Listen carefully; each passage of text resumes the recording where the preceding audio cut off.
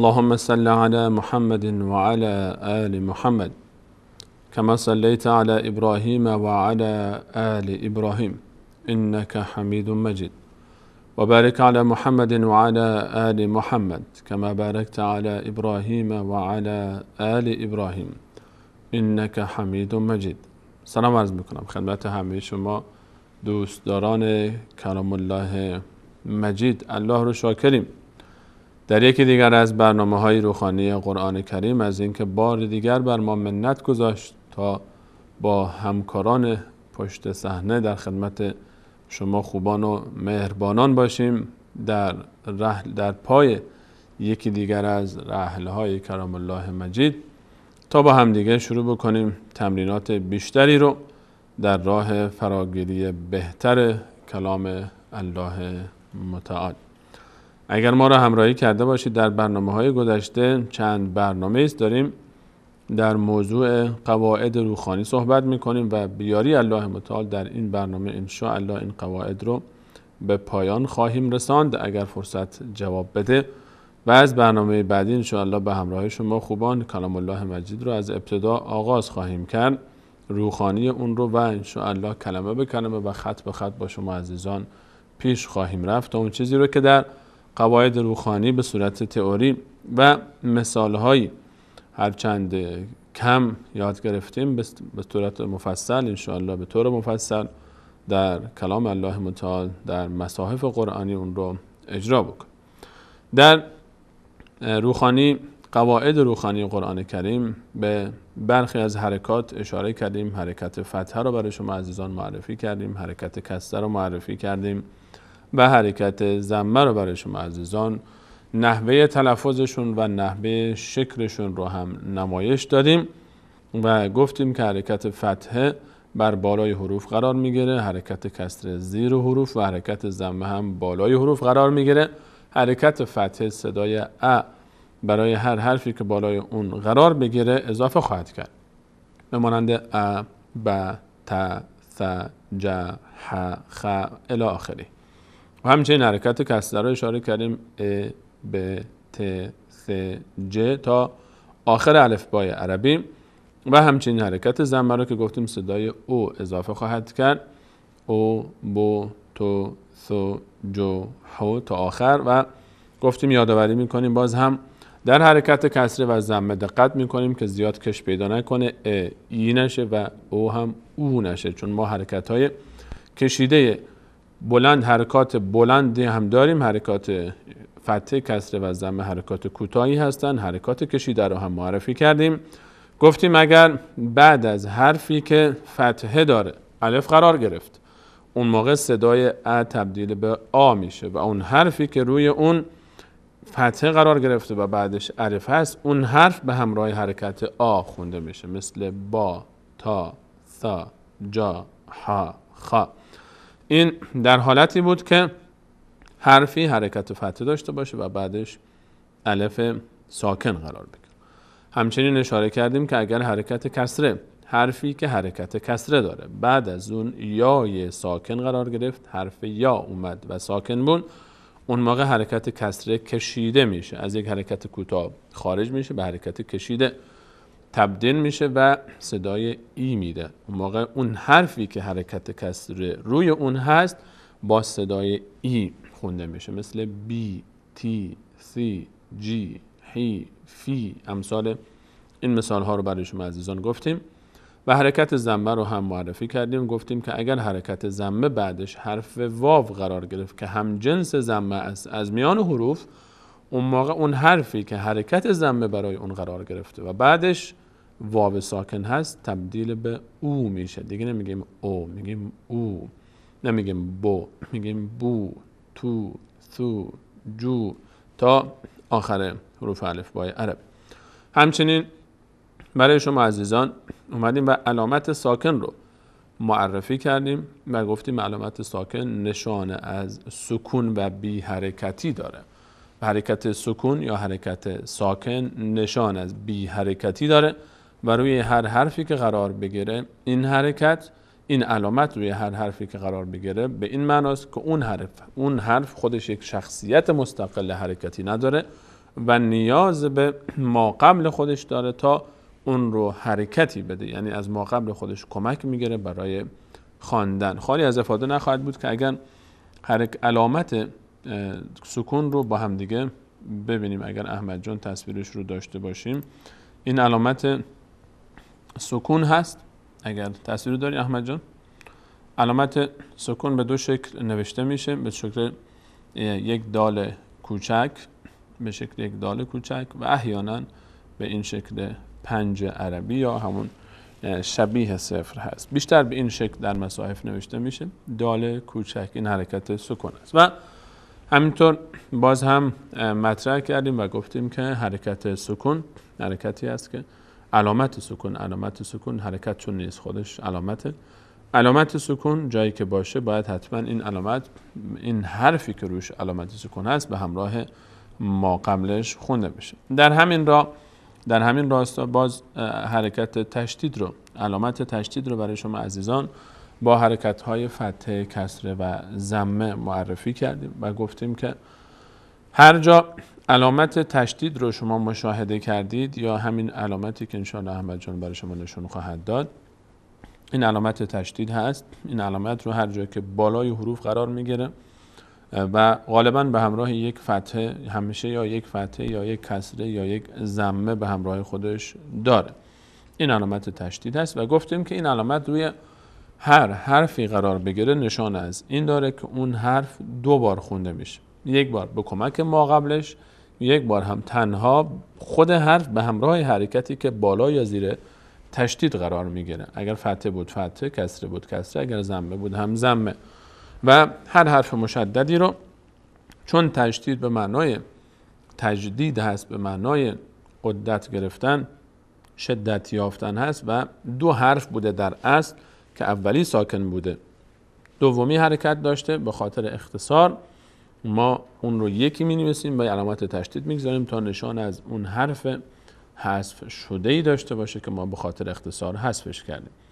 در علامت تشدید هم انشاءالله در تمرینات بیشتر روی مسئله با صحبت خواهیم کرد. بعد از تشدید علامت تنوین رو برای شما عزیزان معرفی کردیم و گفتیم که علامت تنوین هم یا 2 تا فتحه رو با هم در یک حرف روی یک حرف میبینید یا 2 تا کسره احیانا با هم زیر یک حرف کنار هم نوشته شده یا 2 تا ضمه که این علامت نشان از تنوین داره. این علامت ها رو با هم ببینیم.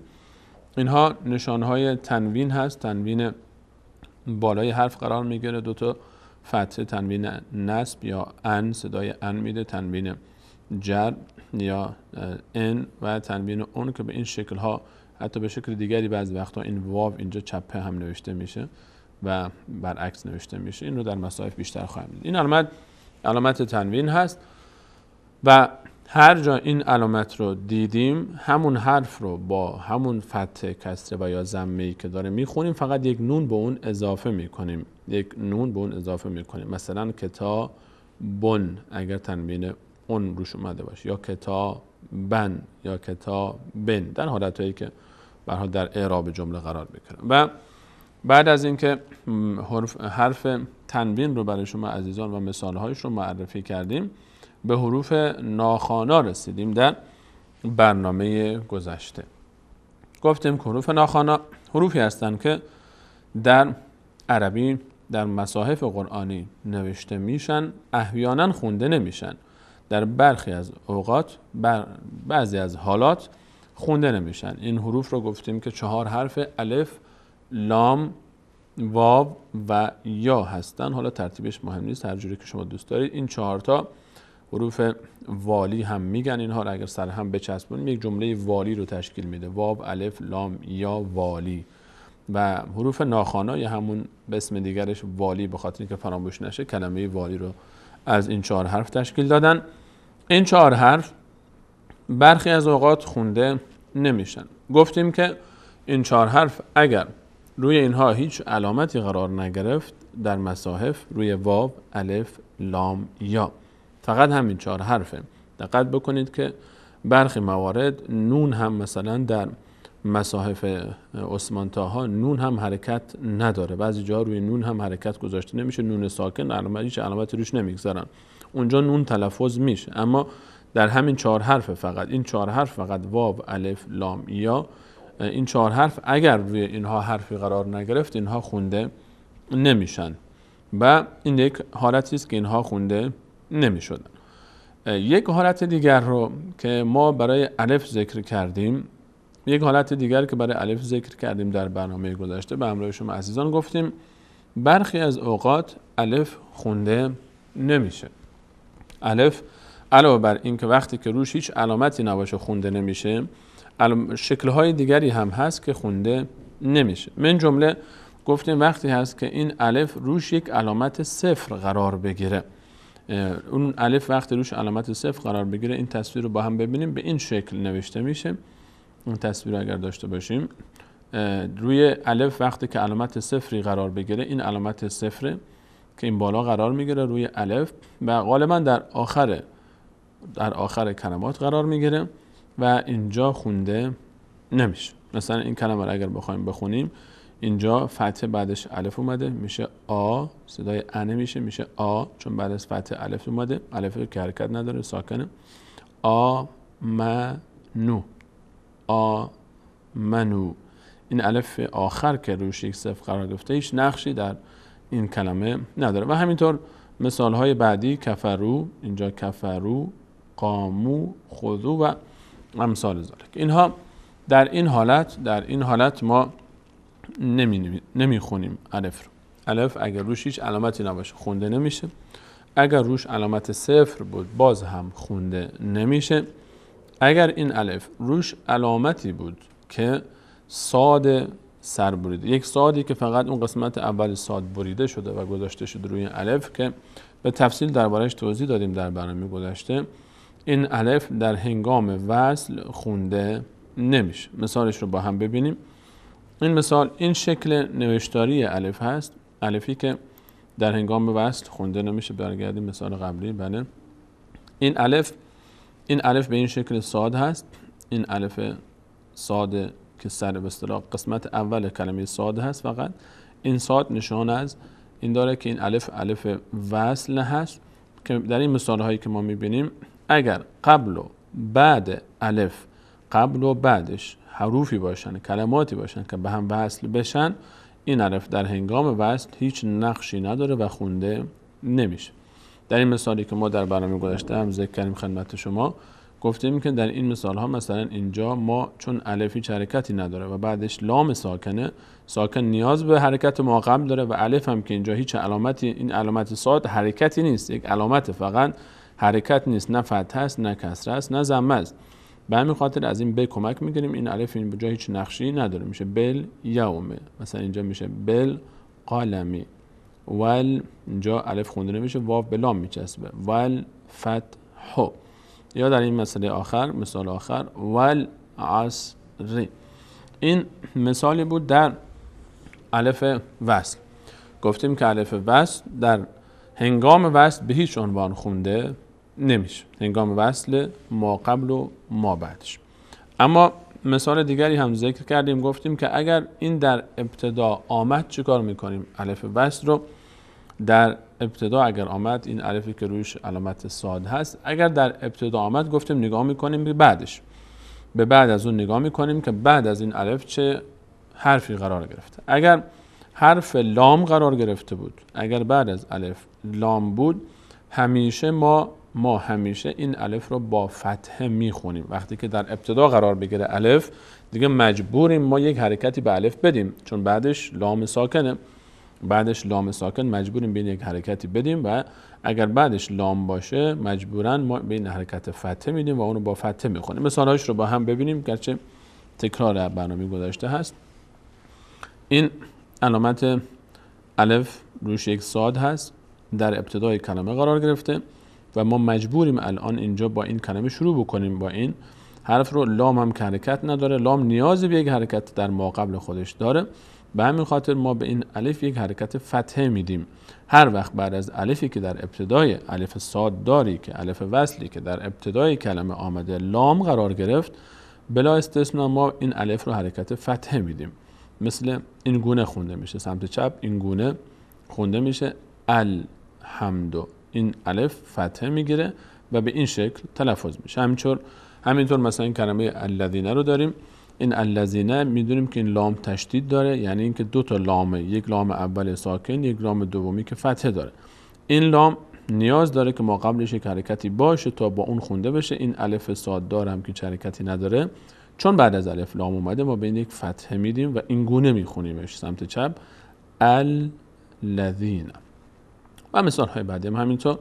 در این مثال هم اینجا لام نیاز به حرکت ما قبل خودش داره و چون این الف هیچ حرکتی نداره و بعدش لام اومده، به این الف ما یک حرکت فتحه میدیم به جای این صاد و به این شکل میخونیمش. اینجوری نوشته نمیشه اما به این شکل خونده میشه، الحجر.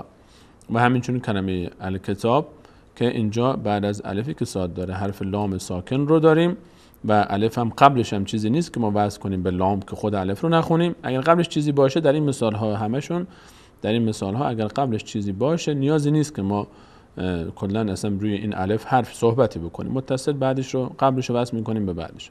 اما وقتی که خودش باید ابتدای کلمه باشه و با خود این الف ما باید شروع بکنیم، مجبوراً ما دیگه اینجا یک حرکتی رو باید بهش بدیم و حرکتی که بهش میدیم چی هست؟ حرکت فتحه است، چون بعدش لام قرار گرفته. به این شکل تلفظ میشه الکتاب. اینها مثال هایی بود که ما در برنامه گذشته هم گفتیم. خلاصه بس تا اینجا گفتیم الفی که صاد داره نگاه میکنیم، اگر در ابتدای کلمه آمد چون باید با خودش شروع بکنیم به بعدش نگاه میکنیم، اگر لام داشت بهش فتحه میدیم، اگر در وسط کلمه باشه و قبل بعدش هم بس بشه که اصلا هیچ توجهی بهش نمیشه و خونده نمیشه. اما اگر بعد از الف وصل که در ابتدا میاد این علامت صاد روش هست نگاه کردیم و دیدیم که لام نبود، حرفی غیر از لام بود، ما چه حرکتی بهش باید بدیم؟ در غیر از لام الفی که بعدش لام نباشه یا کسره میگیره یا ضمه میگیره. فتحه مخصوص حالتی هست که بعد از الف صاددار لام بیاد و در غیر از این حالت ها هیچ وقت فتحه نمیگیره، یا کسره میگیره یا ضمه میگیره. چه موقع کسره میگیره؟ ما نگاه میکنیم به مثال میبینیم که بعد از این الف لام نیومده، پس میدونیم که فتحه نمیگیره. وقتی که لام نیومده نگاه میکنیم خب حالا چه حرکتی بدیم؟ کسره بدیم یا ضمه بدیم؟ نگاه میکنیم به ما بعد اون حرکتی که در ابتدای کلام هست، یعنی بعد از ساکن، غالبا اون بعد از همزه که ساکن هست.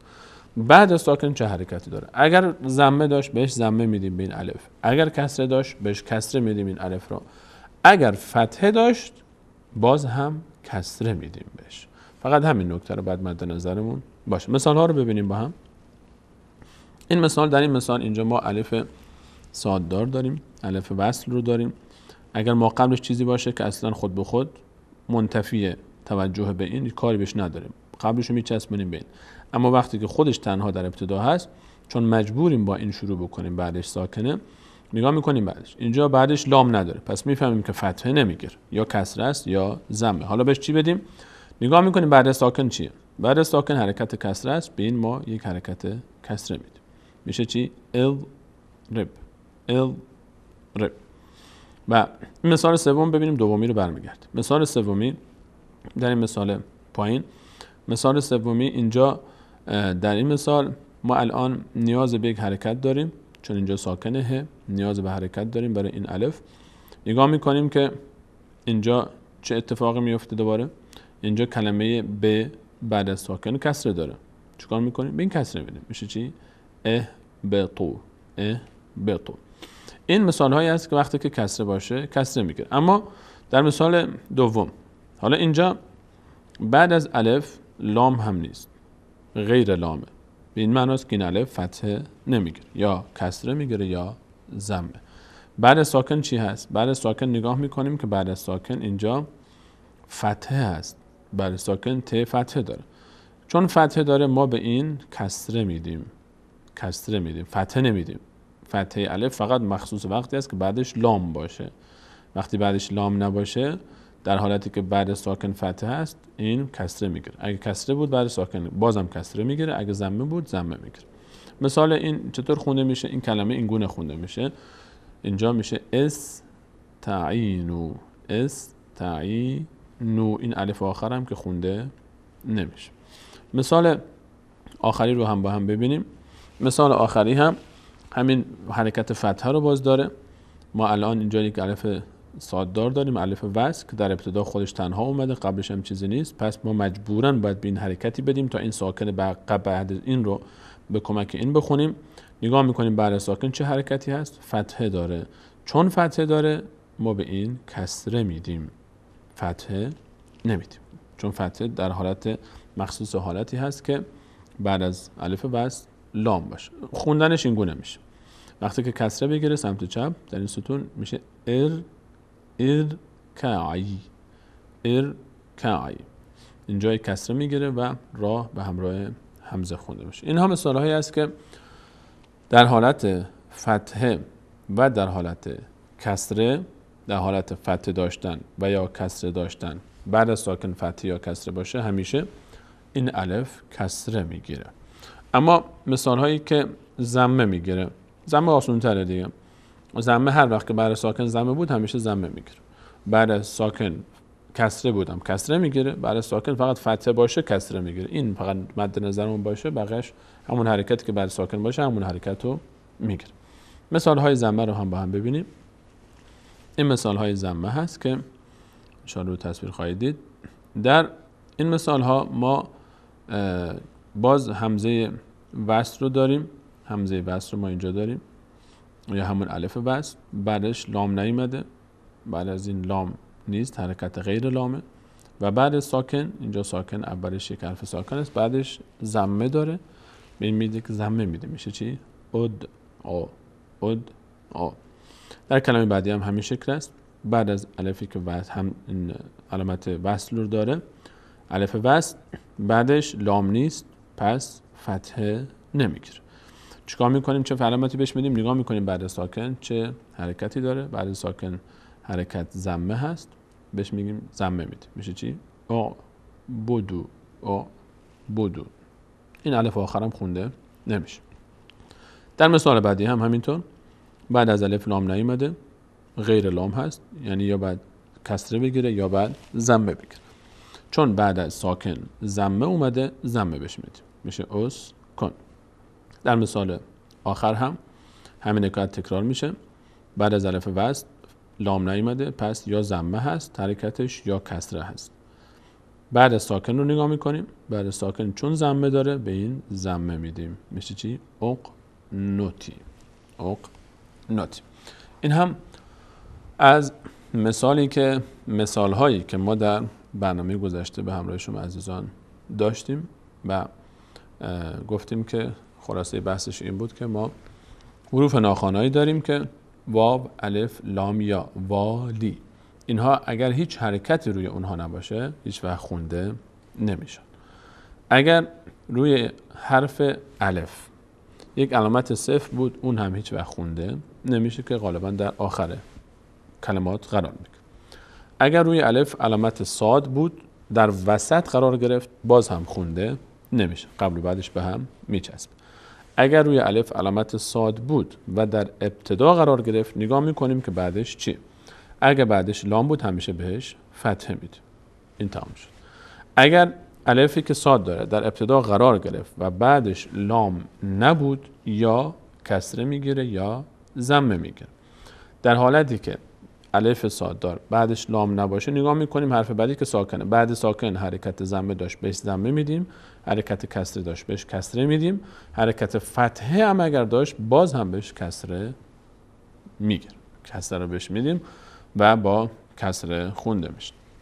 اینها خلاصه آن چیزی بود که ما در برنامه‌های گذشته خدمت شما عزیزان گفتیم. مثال‌هایی رو هم با هم ببینیم و تمرین‌هایی رو داشته باشیم تا بهتر جا بیفته. این تمرین‌ها رو ما هفته پیش خوندیم، تمرینایی که خونده نشد اینها رو بخونیم با هم. در این صفحه در ابتدا ما الان چند نمونه از مثال‌هایی که کلاً ما در الف و لام و الف‌های مختلف در لام مثال‌هایی که هست با هم دیگه تمرینی می‌کنیم. در این ردیف اول ما کلمه اول، این چون لام ضمه ساکن هست به کمک ما قبل خونده میشه اول قو. گفتیم قاف اینجا ضمه داره، هر وقت بعد از ضمه واو آمد، واوی که ساکنه و حرکتی نداره. اینجا صدا کشیده میشه. قو اول قو اول قو، نمیگیم اول قو، میگیم اول قو، هم صدا میشه با این. اینجا لام، این الف هم که در آخر قرار گرفته اصلا خونده نمیشه. ببخشید. در این حرف، در این کلمه ما الان این لامی که اینجا هست هیچ حرکتی نداره. این لام هیچ حرکتی نداره و خونده نمیشه، اصلا که انگار وجود نداره. ما چیکار میکنیم؟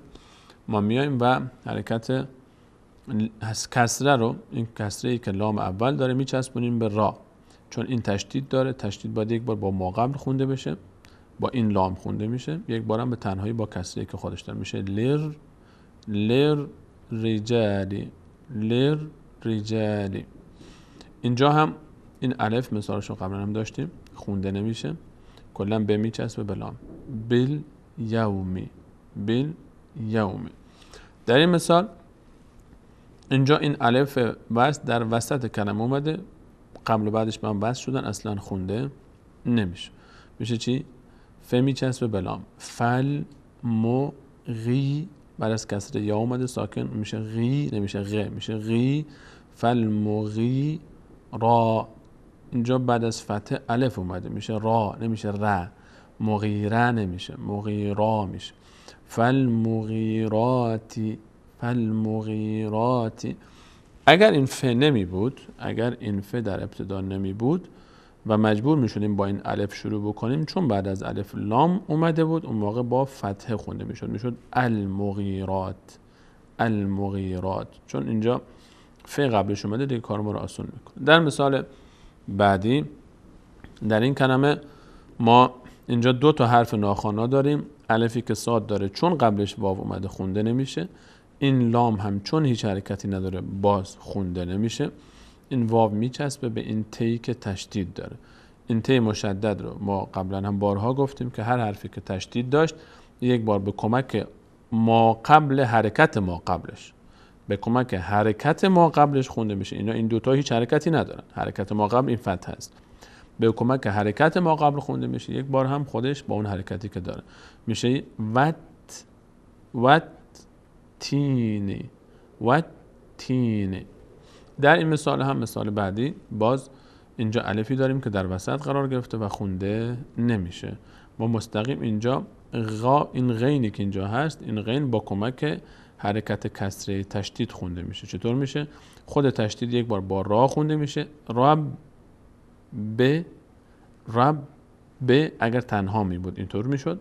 چون اینجا غین هم باید از این کمک بگیره، به میچسبه به غین، به دوم. رب فر، این را هم باید به کمک ف خونده میشه. رب بغفر، این الف هیچ نقشی این وسط نداره. اما اگر این رب کلمه رب نبود، اگر این کلمه رب نبود و ما نیاز داشتیم که خود این رو بخونیم، از الف شروع می کردیم، الف در ابتدا قرار می گرفت، چطور می خونده می شد؟ این الف نگاه می کردیم بعدش لام نیست، چون لام نیست پس یا کسره می گیره یا ضمه می گیره. در حالتی که لام باشه فقط فتحه می گیره، در غیر لام یا کسره است یا ضمه. نگاه می کنیم بعد از ساکن چیه؟ این غینی که ساکنه چی؟ بعدش کسره است، چون کسره است بهش کسره میدیم، میشه اغفر. اگر تنها باشه میشه چی؟ اغفر. اما اینجا که چسبیده میشه میشه رب بغفر، دیگه اصلا کلا بین الف کاری نداره. در مثال بعدی باز هم مثل کلمه وتین، اینجا هم ما دو تا حرف ناخوانا داریم، یکی الف رو داریم یکی لام رو داریم. این الف لام که حرکتی نداره خونده نمیشه. الف هم صاد داره چون قبلش چیزی وجود داره که بعدش رو ما بتونیم قبل رو بعد رو به هم وصل کنیم. این الف در هنگام وصل خونده نمیشه. نون مشدد نیاز به یک حرکت ما قبل خودش داره. این آخرین حرکت ما قبلش که فتحه است، باز این واو میچسبه به نون، میشه ون. یک بار ون، این نون ساکن اول. نون دوم با حرکت فتحه خونده میشه. ون نه ون نه، اینجا تا اینجا ون نه. این ه فتحه بعدش الف میشه ها، نمیشه ها. هر وقت بعد از فتحه الف بدون حرکت آمد میشه ها. ون نها و النهار نهار و النهار. در مثال بعدی هم ما کلمه الف، اینجا الف ساددار، الف وصل رو داریم که قبلش حرکتی وجود داره که کمک بکنه برای خواندن ساکن بعدش، به همین خاطر این خونده نمیشه، به میچسبه به لام بالقلم. اینو مثال قبلش هم داشتیم. در این مثال اینجا هو، در اینجا تا این میشه هو و. اما لفظ جلاله الله، در لفظ جلاله الله دقت بکنید که لفظ جلاله الله هر وقت قبلش چیزی باشه که وصل بشه به لفظ جلاله، این الفه که الف لفظ جلاله الف وصل هست که در هنگام وصل خونده نمیشه. این لام هم تلفظ نمیشه، این لام حرکتی نداره، تلفظ نمیشه. این واو میچسبه به این لام، این تشدیدی که روی این لام هست یک بار به همراه حرکت فتحه معقب خونده میشه این لفظ لام، یک بار هم با فتحه میشه چی؟ هو ول، اینجا اینجوری میشه هو الله، هو الله، هو الله. اینجا لفظ جلاله هر وقت بعدش فتحه قرار بگیره یا ضمه، لفظ پر خونده میشه، دهان به سمت بالا باز میشه. هو الله، هو الله، هو الله. و در مصاحف یک الف کوچیک اینجا شما میبینید، در مصاحف یک الف کوچیک اینجا میگذارن که نشان از بالا رفتن دهان داره در هنگام تلفظ. هو الله. اگر این کلمه هو نمی بود، اگر این کلمه هو نمی بود و ما با خود لفظ جلاله شروع می کردیم، اینجا چی می شد؟ اینجا الف بعدش لام اومده، یه فتحه به الف می داد، می شد الله، الله. اگر هو نمی بود، چون هو هست دیگه خود به خود نیاز به این الف نیست، این واو می چسبه به لام. هو الله. مثال بعدی، در این مثال هم الف وصل در هنگام وصل به علت وجود واو ما قبلش خونده نمیشه، واو رو میچسبونیم به لام. ول فتح، ول فتح. اگر واو نمی بود این الف به خاطر وجود لام بعدش یک فتحه میگرفت، میشد الفتح، الفتح. اما چون واو هست دیگه الف هیچ نقشی ایفا نمیکنه در هنگام وصل، میشه ول فتح.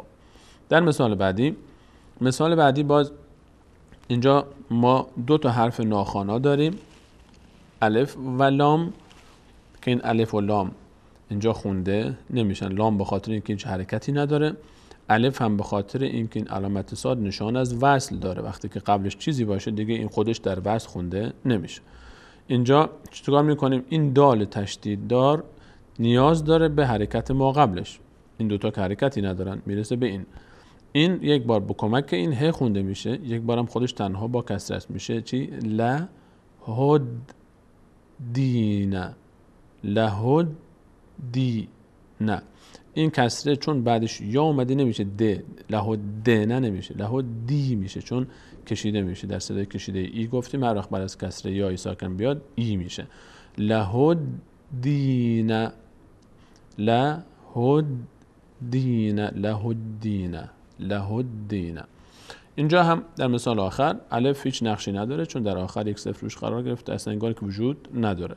قاف ضمه داره، بعدش هم واو اومده، صدای او تشکیل میده، میشه قو، قو، نمیشه قو، میشه قو، چون واو از همون جنس است. اینها مثال هایی بود از آنچه که مرتبط بود به حروف ناخوانای واو، الف، لام یا والی. خلاصه بحث: حروف والی، حروف واو، الف، لام یا حروف ناخوانا در مصاحف قرآنی هر وقت روی اینها هیچ حرکتی نباشه هرگز خونده نمیشن. و الف هم در حالتهای خودش هر وقت روی الف هیچی نباشه باز خونده نمیشه، روی الف صفر باشه خونده نمیشه، روی الف صاد باشه در وسط باشه باز خونده نمیشه، الف صاد باشه در ابتدا باشه بعدش لام باشه فتحه میگیره، الف صاددار در ابتدا باشه بعدش غیر لام باشه یا کسره است یا ضمه. و گفتیم که در چه حالتی کسره میگیره، در چه حالتی هم ضمه میگیره. یک حالت دیگری هم باید مد نظر ما باشه در حروف واو و الف و یا. در این سه تا حرف بعضی وقتها روی واو یا الف یا یک همزه قرار میگیره. روی واو یا الف یا یک همزه کوچک قرار میگیره که واو و الف و یا خودشون خونده نمیشن، بلکه اون همزه خونده میشه. خود اون حرفا خونده نمیشن، اون همزه که روی اونها هست خونده میشه. مثالشو با هم ببینیم. برای واو مثلا، در مثال حرف واو، بعضی وقتها ما حرف واو رو به این شکل داریم، حرف واو رو به این شکل داریم که روش یک ضمه قرار میگیره. و حالا این چطور خونده میشه؟ ما اینجا واو رو نمیخونیم اصلا، ما حرف واو رو اینجا نمیخونیم، ما این ضمه رو میخونیم. مثلا در این کلمه بالا، در این مثال بالا ما چیکار میکنیم؟ این خب فو، کلمه اول که ضمه داره میشه فو. حالا اینجا روی این واو ما یک همزه داریم، روی این واو یک همزه داریم که این همزه یک فتحه داره. ما الان نمیگیم فواد، فواد نمیگیم، بعد از این فتحه چون الف اومده صدای آ میاد. فواد نمیگیم، اصلا واو رو نمیخونیم، همزه رو میخونیم. فواد، فواد، فواد. اینجا همزه روش فتحه قرار گرفته، بعد از فتحه هم الف میشه آ. فواد، فواد. پس دقت کنید هر وقت روی واو همزه ای آمد، اون همزه تلفظ میشه، واو تلفظ نمیشه. اینو نخونیم فواد، نه فواد، فواد، واو خونده نمیشه. مثال بعدی، در این مثال هم باز ما یک واو داریم که روش یک همزه قرار گرفته و روی همزه یک فتحه است. در هر حالت این حرکت فتحه اینجا باید خونده بشه، اما واو رو نمیخونیم، همزه رو به همراه این فتحه میخونیم و چون بعد از فتحه باز الف قرار گرفته صدای آ میده. میشه چی؟ یو، اینجا میشه یو آ، یو آ، یووا نمیشه، نمیگیم یووا، میگیم یو آ، همزه رو میخونیم نه واو رو. اینجا واو خونده نمیشه. یؤاخذکم، یؤاخذکم، یؤاخذکم. مثال بعدی رو با هم ببینیم. مثال بعدی، اینجا ما روی واو، روی دوتا واوی که اینجا هست، دوتا همزه داریم، دوتا همزه داریم، همزه های ساکن و این علامت ساکن مال این حرف همزه هست نه واو. این واو اصلا اینجا هیچ نقشی نداره، خونده نمیشه. ما این چطور میخونیم؟ میگیم لو لو لو لو، نمیگیم لو لو. اگر اینجا واو می بود بعد میشد لولو، بعد اینجوری میخوندیم دیگه. ما گفتیم بعد از ضمه اگر واو بیاد صدا میشه او، میشد لو. اگر این همزه نمی بود، اگر همزه نمی بود و این همزه اینجا هم نمی بود چی خونده میشد؟ لولو. اما چون اینجا همزه هست ما این واو رو اصلا نمیخونیم، همزه رو میخونیم. این حرکت ساکن مال همزه است نه مال واو. اصلا این واو نقشی نداره، نوشته میشه ولی خونده نمیشه. اینجا چه خونده میشه؟ میشه لو لو لو لو، نمیگیم لولو، لو لو. این مثال های وقتی بود که روی حرکت واو همزه قرار بگیره. واو هر وقت روش همزه قرار گرفت واو تلفظ نمیشه، همزه تلفظ میشه. فؤاد، یؤاخذکم، لو لو. مثال همین حرکت رو، همین اتفاق برای الف هم میافته. الف نوشته میشه روش یک همزه هست، الف خونده نمیشه، همزه خونده میشه. مثالاشو با هم ببینیم. در این مثال ها مثلا در این مثال اولی ما کلمه اینجا ما چی داریم؟ س ا ل، س ا ل، س ا ل. نمیگیم ساله، اینجا دیگه الف تلفظ نمی کنیم. فرق بین همزه و الف، الف یعنی آ، همزه یعنی ا. بین همزه و الف فرق هست. اینجا نمیشه ساله. اگر این نمی بود، این حرکت همزه و فتحش نمی بود چی میشد؟ میشد ساله، ساله. اگر این فتحه و همزه نمی بود میشد چی؟ ساله. اما چون این همزه و فتحه اومده دیگه نمیشه ساله، میشه س ا ل، س ا ل، س ا ل. مثال بعدی رو ببینیم. اینجا الان ما روی این همزه یک الف داریم که روش یک همزه هست و یک ساکن هم روش هست. اگر این همزه و ساکن این دوتا نمی بودن چی می شد؟ ما هم اینجوری چطور میخونیم اگر این دوتا نمی بودن؟ میشد تا، این فتحه بعدش الف اومده بود چی میشد؟ میشد تا. اما چون اینجا همزه اومده دیگه این الف نقش خودش رو از دست میده، اصلا الف اینگار وجود نداره. شما همزه رو در بر میگیرید، همزه رو در نظر میگیرید که ساکن میشه تا کو لو. ببینید اینجا لو، در لو اگه یادتون باشه ما واو رو تلفظ نکردیم روش، چون روش همزه بود. اینجا همزه ای نیست، خود واو تلفظ میشه. ضمه بعدش واو اومده، صدای لو میگه، میشه تا کلو نه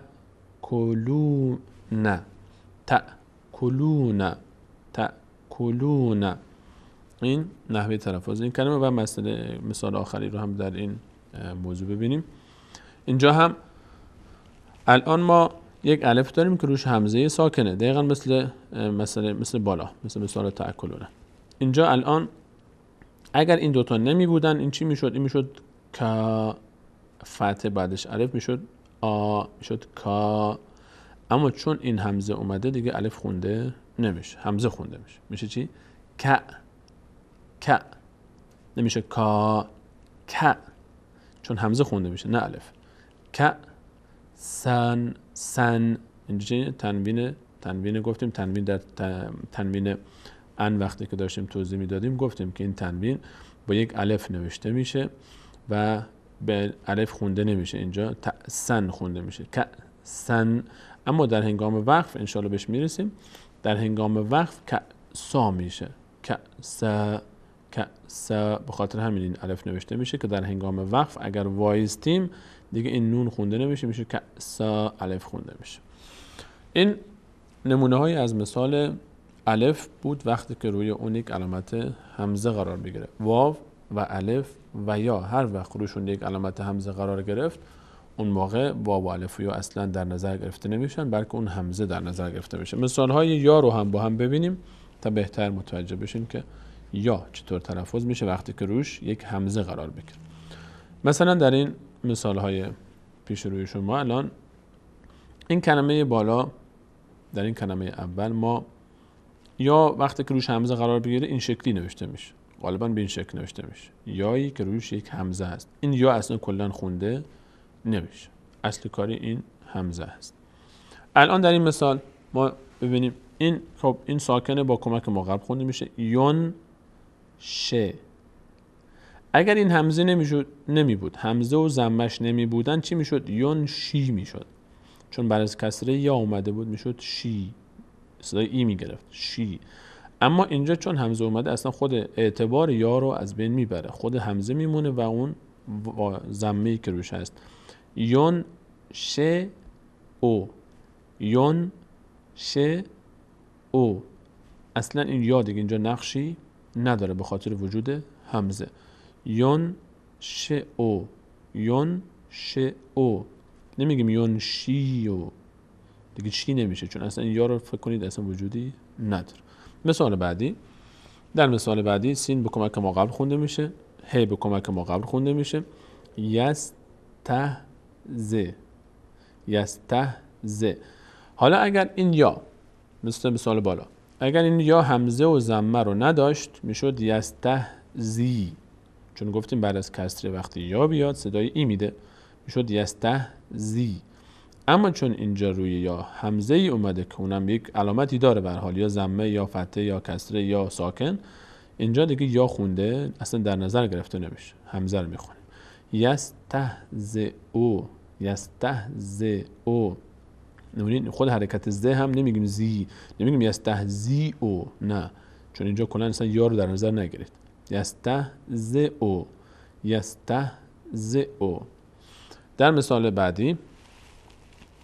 بعدی اینجا ما الان همیشه برای خوندن کلمات سعی بکنید که ساکن، تشدید، تنوین اینا رو تشخیص بدیم که چطور حالا بعد خونده بشه بعد شروع کنیم. الان اینجا مشکلش تو این کلمه قسمت اول این تشدید است. این تشدید یک بار باید با ب خونده بشه، یک بار تنها با کسره. چی میشه؟ تو بو و تا اینجا بدون در نظر گرفتن یا. تو بو تا اینجاش. خب حالا بعد از این نگاه میکنیم به حرف بعدی. اینجا یا روش همزه اومده، ما همزه رو باید بخونیم نه یا رو. چون همزه خونده میشه توبوئ، توبوئ، توبوئ. دوبار یا خونده میشه، یک بارم همزه. اگر این نمی بود، همزه و ضمه نمی بود، چی میشد؟ اگر این دوتا نمی بودن، یا تنها می بود، میشد توبوی، توبوی، وی، چون بر از کسره یا اومده. اما چون اینجا همزه اومده دیگه ما یا رو در نظر نمیگیریم و این کسره هم تبدیل به یا نمیشه، همون ا میمونه، ای نمیشه. اگه اینا نبودن میشد توبوی، اما چون اینا نیستن میشه توبوئ، توبوئ. و اذ غدوت من اهلک تبوئ المؤمنین مقاعد للقتال. در سوره مبارکه آل عمران درباره احد داریم این کلمات رو. اینها حالت هایی بودن که واو و الف و یا خونده نمی شدن. تمام شد. مبحث حروف ناخوانا تمام شد. حروف ناخوانای واو، الف، لام، یا وقتی روشون هیچ حرکتی نباشه خونده نمیشن. وقتی روشون حرکت روی واو و الف و یا حرکت همزه باشه خودشون خونده نمیشن، اون همزه خونده میشه. این مسئله دوم. روی الف هر وقت ساکن باشه یا صفر باشه، علامت صفر باشه، هرگز خونده نمیشه. روی الف هر وقت یک علامت صاد باشه در وسط قرار بگیره خونده نمیشه. این حالتایی است که اصلا خونده نمیشن هیچ کدومشون. فقط الفی که صاد داره اگر در ابتدا قرار گرفت خونده میشه، مجبوراً بهش یک حرکتی باید بدیم چون بعدش ساکنه. اگر بعدش لام بود فتحه میدیم، بعدش لام نبود یا کسره یا ضمه. نگاه میکنیم اگر بعدش لام نبود که بعد از اون حرف ساکن چیه. اگر ضمه بود بهش ضمه میدیم، اگر کسره بود کسره میدیم، اگر فتحه بود هم باز به الف صاد دار کسره میدیم وقتی که بعدش لام نباشه. این تمام آن چیزی بود که در حروف ناخوانا ما نیاز داریم که بهش حواسمون باشه، حواسمون رو جمع کنیم. بازم یادآوری میکنم فقط این 4 حرفن، واو، الف، لام، یا که هیچ وقت خونده نمیشن. در این حالتایی که گفتیم خونده نمیشن، در این حالتایی که ذکر شد. اما بعضی وقتا نون ساکن رو هم ما، نونی که علامت نداره در مصاحف عثمان طه، دقت کنید که همون نون ساکنه. نون ساکن فرق میکنه. نون وقتی که میگیم یک حرفی علامت نداره معناش نیست که ساکنه. علامت نداره یعنی نه ساکنه، نه فتحه داره، نه کسره داره، نه ضمه داره، هیچ چی نداره. هیچ چی نداره. ساکن خودش یک علامت خاصه، یک علامتیه که به کمک ما قبل خونده میشه. نونی که علامت نداره در مصاحف عثمان طه یا هر مصاحف دیگه دیدی نونی که علامت نداشت، اون نون خونده میشه، به عنوان یک نون ساکن خونده میشه. حالا چرا علامت ساکن رو روش نمیگذارن؟ این به تو بحث تجوید ان شاءالله بهش میرسیم. یک نکات ظریفی رو شیخ عثمان طه خدا حفظشون بکنه در هنگام نوشتن مصحف دقت کردن که سعی کردن با این روش، یعنی جاهایی که ساکن نمیگذارن، از لحاظ تجویدی هم نکاتی در بحث اخفا مطرح بکنن. کن بحث مفصلش ان شاءالله در بحث تجوید بهش خواهیم رسید. فقط همین مد نظرتون باشه که حروف واو و الف و لام و یا فقط اگر روشون هیچی نبود خونده نمیشن. حروف والی اینها مختصری، یعنی مختصر که نشد، متول شد. تا اینجا بحث حروف ناخوانا تمام شد. ما 2 مقوله دیگر رو هم مختصرا، بحث بسیار ساده است، به همراه شما عزیزان مروری بکنیم که انشالله قواعد روخانی تموم بشه.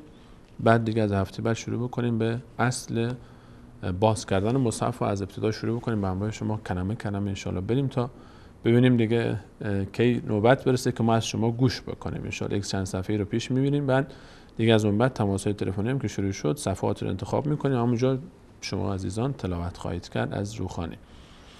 میان برنامه ببینیم. من بعدش انشالله دوست دارم که علامت مد رو هم خیلی ساده است، فقط یک علامت ساده هست، معرفی بکنم و یک مسئله هم به عنوان مسئله وقف مهمه که ما وقتی که وای میستیم در تلاوت، در آخرین حرفی که تلفظ میشه چگونه بعد اون رو تلفظ بکنیم. آیا همون فتحه و کسره و ضمه و تنوین و تشدیدی که داره همونها میمونه یا نه فرق میکنه؟ این هم انشاءالله این رو بعد از میان برنامه کوتاه با شما عزیزان صحبت خواهیم کرد. میان برنامه کوتاه که بزرگتر بود بهتره، هرچی شد ببینیم تا چه میشه.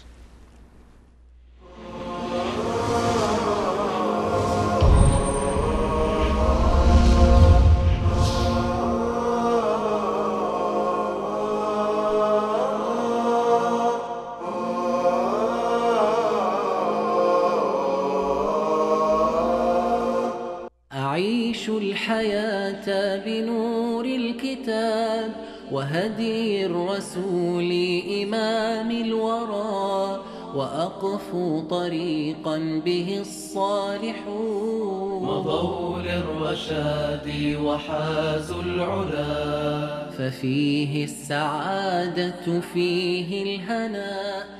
رسول الله صلی الله علیه و سلم فرمودند اهل قرآن اهل الله و بندگان خاص او هستند.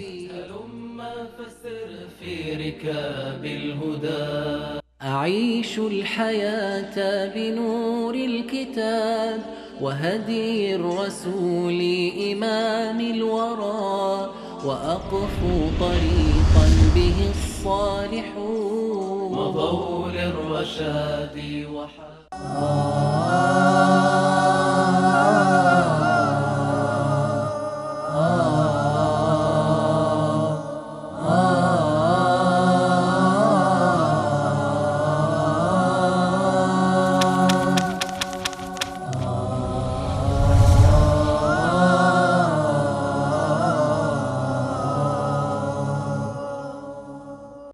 بسم الله الرحمن الرحيم. الحمد لله رب العالمين، والصلاة والسلام على أشرف الأنبياء والمرسلين نبينا محمد وعلى آله وصحبه أجمعين. من عبد الله خان أسلم محر صلاة أستاجكستان. أعوذ بالله من الشيطان الرجيم. بسم الله الرحمن الرحيم. هو الذي أرسل رسوله بالهدى ودين الحق ليظهره على الدين كله وكفى بالله شهيدا. محمد رسول الله والذين معه أشداء على الكفار رحماء بينهم تراهم ركعا سجدا يبتغون فضلا من الله ورضوانا، سيماهم في وجوههم من أثر السجود، ذلك مثلهم في التوراة ومثلهم في الإنجيل كزرع أخرج شطأه فآزره فاستغلظ فاستوى على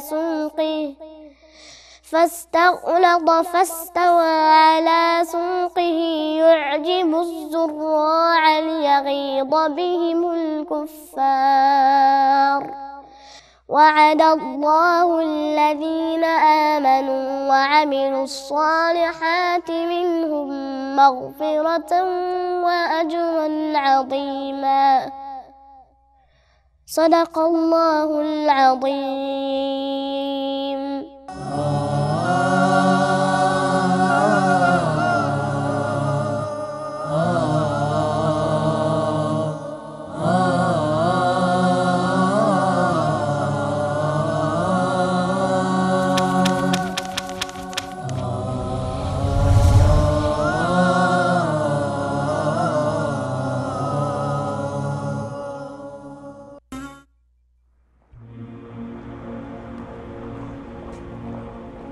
دعای ورود به بازار. از عبدالله ابن عمر رضی الله عنهما روایت است که رسول الله صلی الله علیه و آله و سلم فرمودند هر کس هنگام ورود به بازار این دعا را بگوید: لا اله الا الله وحده لا شريك له له الملك وله الحمد يحيي ويميت وهو حي لا يموت بيده الخير وهو على كل شيء قدير. الله متعال برای او 1,000,000 نیکی می نویسد و 1,000,000 گناه از او پاک می کند و 1,000,000 درجه او را بالا میبرد.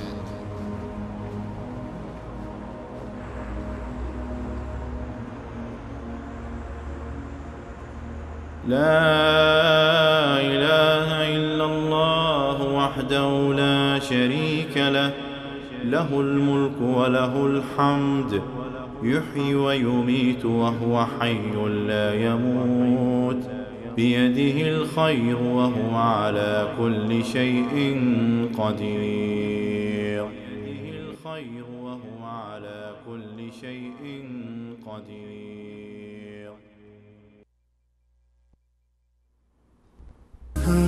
ارادت خدمت همه شما خوبان و عزیزان، تلاوتی رو که شنیدید مال این حافظ خرد سال، این بزرگ سال، انشاءالله این بزرگ مرده، بگیم که کم سال تعبیر دقیق تر است.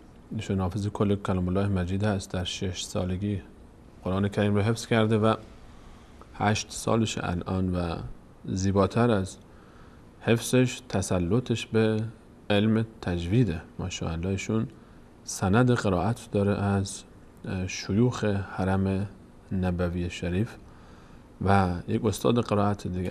عزیزانی که با تجوید آشنایی دارن و اساتید تجوید هستن حتما تایید میکنن صحبت بنده رو از سبک تلاوتشون. گرچه اون روزی که ایشون اینجا در استودیو این تلاوت رو ضبط کرد سرما هم خورده بود بچه، اما انشاءالله در فرصت‌های آتی حتما مصاحبی با ایشون خواهیم داشت و حتما از صحبت‌هایشون و از تجارب اساتیدشون استفاده خواهیم کرد. امیدواریم که همه فرزندان جامعه اسلامی ما این گونه استعدادهاشون در راه دین خرج بشه و بسیار زیباست وقتی که ما در جامعه تاجیکستان میبینیم که بعد از اون همه ظلم و ستم کمونیست که سالهای سال، دهه‌ها، 70-80 سال ظلم و ستم روا داشت بر مردم عزیز تاجیکستان، تا اونها را از قرآن دور بکنه این گونه مقاومت کردن و فرزندانی به جامعه اسلامی تحویل دادن. واقعا بعد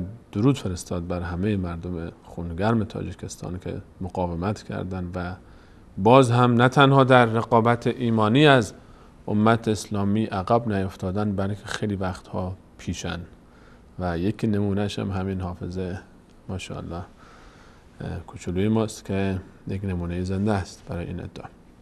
در ادامه حرکت‌های روحانی، علامت‌های روحانی، یک علامت جالب که باید مد نظر ما باشه و خیلی وقتها زیبایی تلاوت از قاریانی که تلاوت زیبایی دارن برمیگرده به این علامت مد. ما در فارسی هم می نویسیم اما این رو فقط بالای الف میگذاریم، میگیم الف کلاهدار، بالای میگیم کلاه الف، این رو فرض میکنیم. این علامت رو با هم ببینیم تا ببینیم مد چی هست و تعریفش کنیم و حروف مد رو باز به همراه شما عزیزان معرفی بکنیم و نحوه تلفظ این حرکت رو. این شکل رو با هم ببینیم. این علامت مد، این علامت مد شکل یک موج. در فارسی روی الف ما قرار میدیم، کلاهی که روی الف قرار میگیره این مد. شما در کلام الله مجید مواردی رو مشاهده میکنید که روی بعضی حروف این علامت قرار میگیره. 3 حرف مد در لغت به معنای کشیدن هست. ما در جزر و مد هم اون اتفاقی که به خاطر نزدیک شدن کره ماه به زمین وقتی که اتفاق میفته در دریاها، عزیزانی که در ساحل زندگی کردن خب 100% با این آشنان و عزیزانی که با ارتباط هستن با ساحل و دریا میدونن که به خاطر نزدیک شدن کره ماه جزر و مد اتفاق میفته. یعنی در شبها غالبا آب نزدیک میشه به سمت دریا، میاد به سمت ساحل، نیروی جاذبه کره ماه سبب میشه که آب کشیده میشه میاد تو خشکی و در ابتدا وقتی که باز دوباره روز میشه به خاطر دور شدن کره ماه دوباره این آب برمیگرده به سمت دریا. این رو جزر و مد میگن. این کشیده شدنش رو مد میگن، اون برگشتنش رو باز جزر. مد یعنی کشیدن. این علامت مد. این علامت رو روی 3 حرف میبینیم. ما روی 3 حرف میبینیم که این حروف به اسم حروف مد مشهورن. همین 3 حرفن فقط و اینها رو بهش میگن حروف مد. واو، الف، یا. واو و الف و یا 3 حرفی هستن که به اسم حروف مد مشهورن و این حروف فقط تنها حروفی هستن که کشیده میشن بعضی وقتها در تلاوت. بعضی وقتها که این علامت روی اونها قرار میگیره اینها کشیده میشن. اگه این 3 حرف کنار هم جمع کنیم میشه وای، واو و الف و یا وای. جالبه که در فارسی هم وقتی که ما یک کسی درد داره حروف علت هم میگن، حالا تو بحث صرف مطرح میشه علت یعنی درد. کسی که زیاد ناله میکشه میخواد بکشه میگه وای وای، این وای کشیده میشه، همین واو و الف و یا کشیده میشه، تنها حروفی هستن که مد میشن. مثال هایی رو ببینیم که ببینیم اینها چطور این حرکت وقتی که این علامت روی واو یا الف یا قرار گرفت ما چیکار باید بکنیم، یعنی این چی معناش چیه، یعنی چیکار باید کرد این حرف رو. با مثالش انشالله واضح خواهد شد. مثال واو رو ببینیم. واوی که مد داره به این شکل شما میبینید غالبا در مصاحف، حالا شاید این مد کوچکتر یا بزرگتر نوشته بشه، یعنی شکلی که واو روش یک علامت مد هست. این علامت مد هست. این یعنی چی؟ این یعنی این که این واو الان بیشتر از حالت عادی باید کشیده بشه. مثال بریم در مثال ها ببینیم. الان در این کلمه اول ما شروع بکنیم به خوندن. اینجا یک ساکنش جا افتاده، این ساکن رو باید میگذاشتیم. این بعضی وقتا من مراجعه میکنم قبل از برنامه، بعضی وقتا جا میفته، ما رو معاف کن. این بعد از همزه، روی همزه یک ساکن نیاز هست، ساکن هست در مصحف هست. اینجا چون گفتیم الف روش همزه قرار گرفته، همزه ساکن، این الف خونده نمیشه، میشه چی؟ تا. اینجا یه ساکن در نظر بگیرید چون از پیش ما افتاده، معاف کن. تا اینجا مو. ر چی داره؟ واو داره، ضمه داره، ببخشید. ر ضمه داره، بعد از ضمه واو اومده، درسته؟ اینجا گفتیم چی میشه؟ میشه رو. مرو. خب حالا اینجا چی کار داریم؟ ما یه تشدید داریم. این تشدید رو ما باید چی کار بخونیم؟ به کمک ما قبلش باید بخونیم. این هم باید کش پیدا بکنه. اینجا وقتی میگیم مرو، اینجا وقتی که مد روی واو اومد یعنی چی؟ یعنی این صدای او رو باید بکشیم.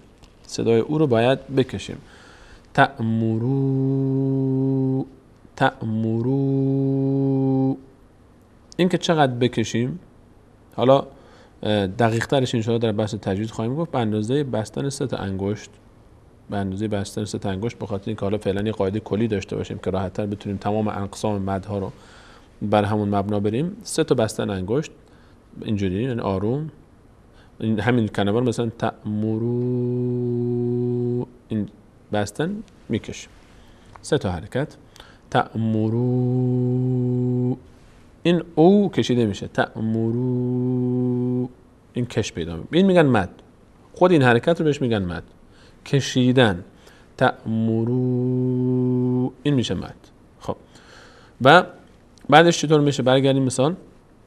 حالا میشه تأمرو. حالا این نون رو ما باید بچسبونیم به این حرکت مد، یعنی آخر این کشیدن رو میچسبونیم به نون. تأمرون. ببینید این نون ساکن رو با همین واوی که کشیده شد خوندیم. تأمرون نی. آخرش چی میشه؟ نی. بعد از کسره یا اومده. نی. تأمرونی.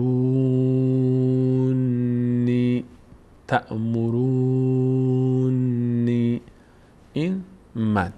مثال بعدی. اینجا بعد از فتحه الف اومده. میشه قا، نمیشه قا، میشه قا.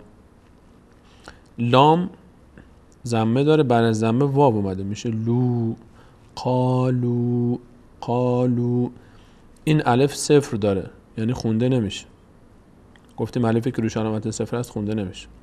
خب قالو، این واو باید کشیده بشه چون مد داره. قالو.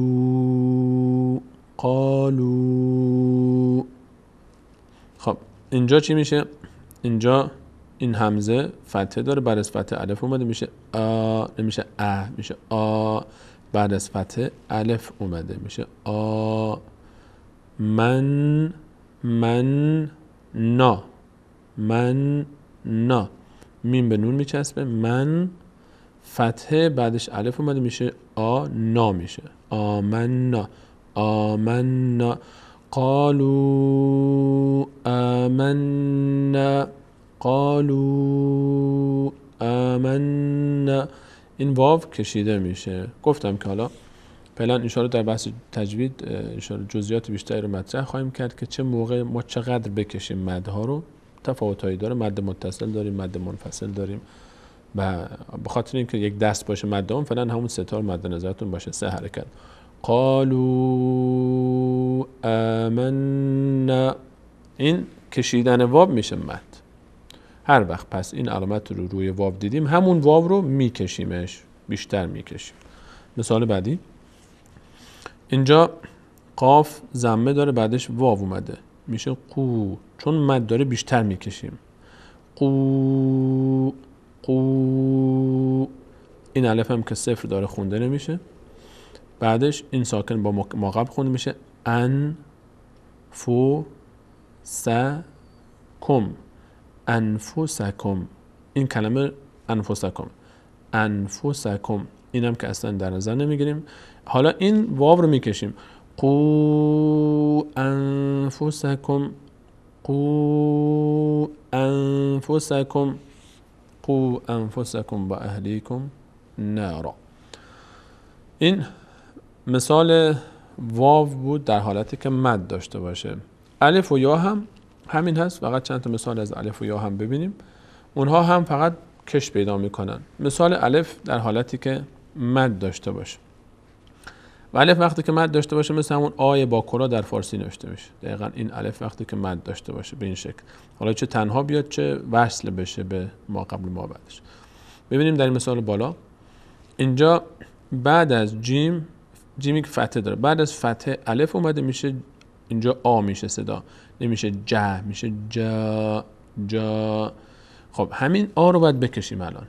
جا، جا، اینجا کشیده میشه، مد داره دیگه، باید بکشیم. الف رو میکشیم به سمت بالا. جا. مثال بعدی، شو ها، فتحه دال بعدش الف اومده میشه دا، نمیشه دا، میشه دا، چون مد داره باید بیشتر بکشیم. شهدا، شهدا اکم، شهدا اکم. انشاءالله که کاملا متوجه شده باشید نحوه تلفظ مد رو. در کلمه بعدی هم همین الفی که روش مد هست کشیده میشه. این که ا هست، واد فتحه داره، بعد از فتحه الف اومده صدای آ میاد، میشه اوا، اوا، اوا. همین چون مد داره اوا رو میکشیم. اوا ات، اوا ات، ات. این ساکنه با همزه خونده میشه، ات، اوا ات. این نحوه تلفظ الف به همراه مد. واو رو هم گفتیم، الف رو هم گفتیم. یا وقتی که به همراه مد بیاد گفتیم حروف مد واو و الف و یاست، فقط همین سه تا حرف، هیچ حرف دیگه ای غیر از اینها نیست. واو، الف، یا. چون اینها کشیده میشن، اینها کشیده میشن. حتی فتحه و کسره و ضمه هم شبیه اینا بود. فتحه شبیه الفه، کسره شبیه یا، ضمه شبیه واو. یک کمی که بیشتر میکشیده میشد آ، ای، او. حالا اینا که مد داشته باشه میشه آ، ای، او، به همراه مد، به همراه مدش. مثال یا رو هم ببینیم. یا به همراه مد وقتی که بیاد به این شکل نوشته میشه، مد روی یا قرار میگیره، این روی یا قرار میگیره و به این شکل میخونیمش. مثلا در این مثال حالا اینجا این کلمه تشدید به همراه ما قبل یک بار خونده میشه، یک بار تنها. ان، نی، کسره بعدش یا اومده میشه ای. انی، انی اعلم، اعلم، انی اعلم، انی اعلم. مثال بعدی. و اینجا چی میخونیم؟ این الفی که روش صفر قرار گرفته خونده نمیشه. گفتیم الف وقتی روش صفر قرار بگیره خونده نمیشه، اینجا خونده نمیشه این الف. بعد از جیم یا بعد از کسره جیم یا اومده میشه ای و جی. این الف خونده نمیشه چون روش صفر قرار گرفته. و جی و جی ا و جی ا و جی ا یومئذ بجهنم. این آیه بعدش کلماتش. در مثال آخر این بخش یو بعد از زاد کسره داره، بعد از کسره یا اومده، صدای ای میاد، چون مد داره خیلی کشیده میشه دیگه، اینجا ای نمیشه، ای یضیء یضیء یضیء. این مد یا هست. مد یعنی کشیدن، علامتش مثل اون کلاهی که روی الف در فارسی ما استفاده میکنیم و هر وقت روی حرف واو، الف و یا قرار گرفت و روی هیچ حرف غیر از این سه تا قرار نمیگیره، یا واو یا الف یا یاست. روی این حرف ها وقتی که قرار گرفت ما اون رو میکشیم. روی واو الف آمنو آمینو مثلا، یا ایها الذین آمنو آمینو مثلا. این مثال هایی که کشیده بشه. یا مثال هایی که اینجا داشتیم و جی کش پیدا میکن. این میشه مد. تمام. این درس مد بود و به خاطر داشته باشیم کلمات مد هر جایی که روی واو الف و یا قرار گرفت یعنی اون واو یا الف یا کشیده میشه. صدای شما بیشتر از حالت عادی میکشیم. به خاطر اینکه مدامون یک دست باشه فعلا همون سه تا مد نظرتون باشه. باز که رسیدیم ان شاءالله به توضیحات تجوید در بحث های تخصصی ترش باز دقیق تر میشیم که چه موقع ما بیشتر بکشیم، چه موقع کمتر بکشیم، چه موقعی میتونیم مثلا کمتر از سه تا بکشیم، چه موقعی نمیتونیم کمتر از سه تا بکشیم. اون باشه برای بعد. فعلا رو همون سه تا اتفاق نظر هست، همون سه تا هر چه که مد دیدید سه تا بریم. و این هم موضوع مد بود که از آخرین موضوعاتی است که به همراه شما عزیزان بعد مد نظر می داشتیم و آخرین موضوعی رو که بعد با شما صحبت بکنیم موضوع وقف کردن هست و اینکه ما کلماتی رو که در عربی وای میستیم، حالا ما اینجا به خاطر مثال کلماتی می‌آوردیم که آخرش فتحه داشت، آخرش کسره داشت، آخرش ضمه داشت، آخرش تنوین داشت. به خاطر مثال تمرین ما فتحه و کسره و اینها رو مثلا میخوندیم که نصارا میگفتیم، کتبه میگفتیم مثلا. اما در هنگام تلاوت قرآن کریم خیلی ساده است. مسئله وقف رو انقدر ساده است که بگیم تو یک دقیقه ان شاءالله خلاصش میکنیم. هر جا ما کلمه‌ای در قرآن کریم ایستادیم، یعنی آخرین کلمه‌ای بود که ما تلفظ میکردیم، چه این آخرین کلمه در آخر آیه باشه چه وسط آیه باشه مهم نیست. مهم اینه که ما آخرین کلمه‌ایه که ما این کلمه رو داریم تلفظ میکنیم. چیکار باید بکنیم؟ آخرین حرفش هر چی که هست، آخرین حرف حرکت پیدا نمیکنه، میشه ساکن. مثلا چه فتحه داشته باشه، چه کسره داشته باشه، چه ضمه داشته باشه، چه تنوین ان داشته باشه، چه تنوین اون داشته باشه. تنوین ان یک استثناء این قاعده است، فقط تنوین ان. بقیه همشون میشه ساکن. مثلا احدون، قل هو الله احد. چرا میگیم احد در حالی که اونجا نوشته شده میشه احدون نوشته شده؟ درسته؟ میگیم چون ساکنه، چون وقف کردیم، چون ایستادیم باید ساکن بخونیم. تنوین مثلا میشه احدون، اگر بایستیم میشه احد. کتبه اگر آخرین کلمه باشه میشه کتب. ذالک الکتاب اگر ادامه بدیم کتابو میشه، اگر وایستادیم دیگه نمیشه ذالک الکتاب. درست نیست که ما بگیم ذالک الکتاب، اگر وای میستیم باید حتما ساکن باشه آخر. ذالک الکتاب به این شکل خونده بشه. قل اعوذ برب الناس. چرا سین رو ما ساکن میخونیم؟ چون وایستادیم روش. اما اگر ادامه بدیم بعد حرکت بدیم. قل اعوذ برب الناس ملک الناس اله الناس، چون سین ساکن داره، حرکت کسره داره خودش. اگر ادامه بدیم، اگر وایستادیم باید ساکن باشه. هر جا در آخر وقف کردیم ساکن میشه بجز تنوین ان.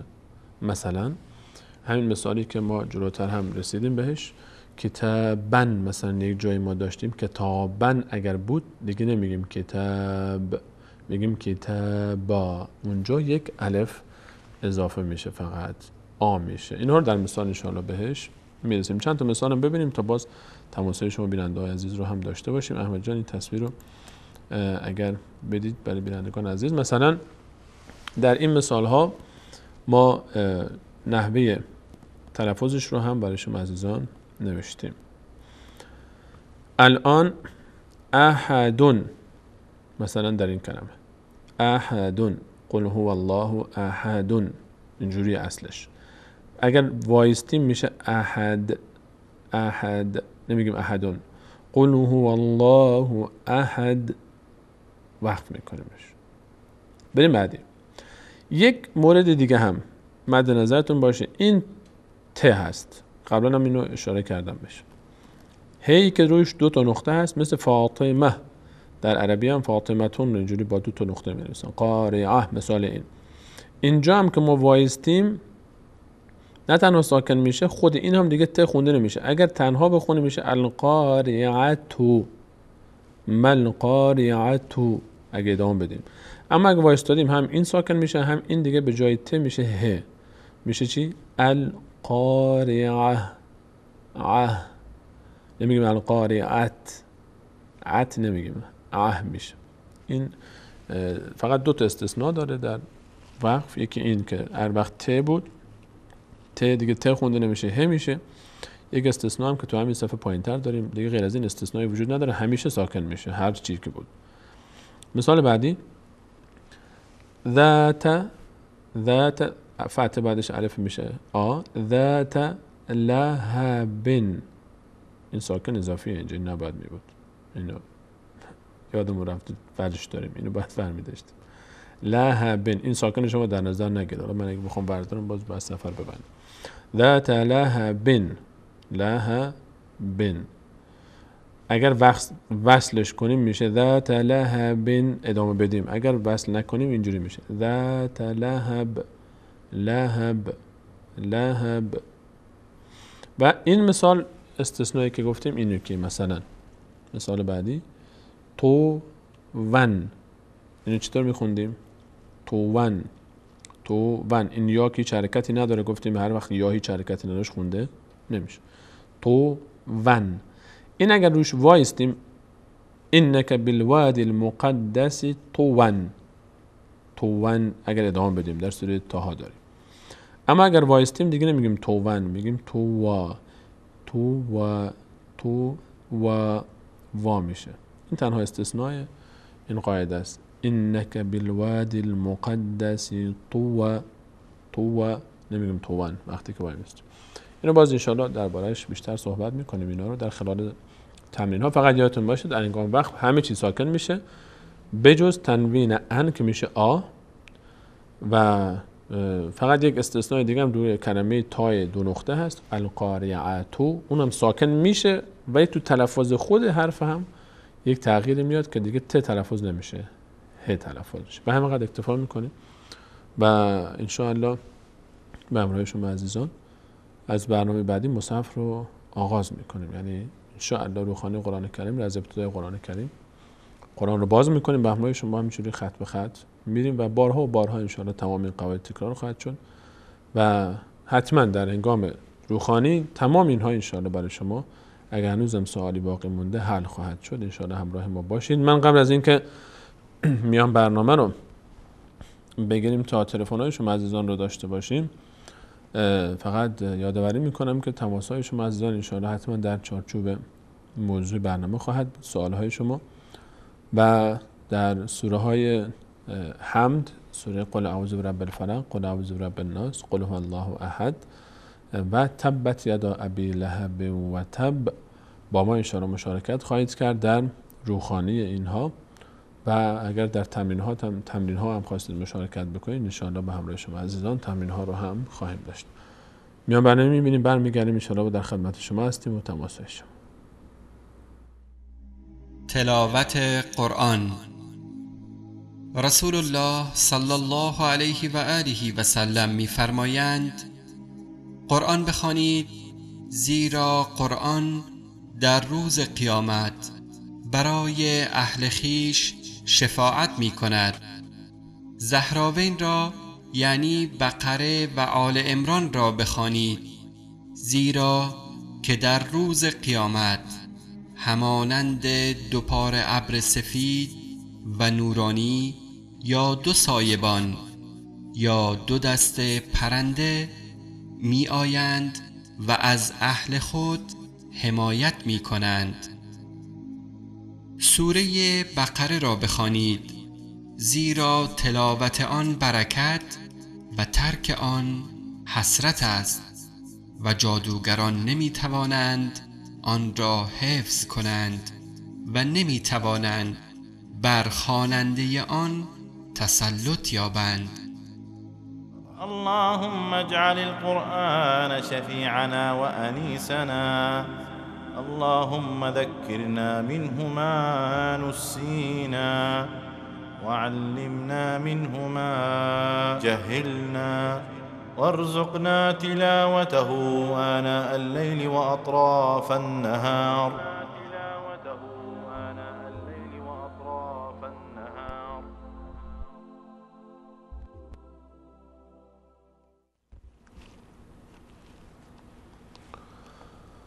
در خدمت شما هستیم با بخش پایانی برنامه و تماس‌های شما عزیزان. انشاءالله از برنامه بعدی بیشتر وقت در خدمت شما خواهد بود، چون دیگه از قواعد انشاءالله دیگه میشه گفت خیالمون راحت شد و همین چند قاعده آخر رو با تکرار با شما خواهیم کرد و بیشتر عملی کار میکنیم دیگه. انشاءالله در مصاحف کلام الله مجید رو با هم دیگه باز میکنیم، روخونی پیش میریم. تا قبل از اینکه تماس‌های شما برقرار بشه و شما انشاءالله تماستون رو داشته باشید و سوالهاتون یا مشارکتتون در تلاوت، از اونجایی که من قول داده بودم به کامران جان در برنامه گذشته، آقا کامران از بیننده‌های عزیزی که تماس گرفتن که سوره قدر رو تلاوت بکنن، من سوره قدر رو یک تلاوتی میکنم، باز انشاءالله تماس‌های شما رو خواهیم داشت، هرچند که گلیم هم گرفته دیگه معاف کنید بندرش.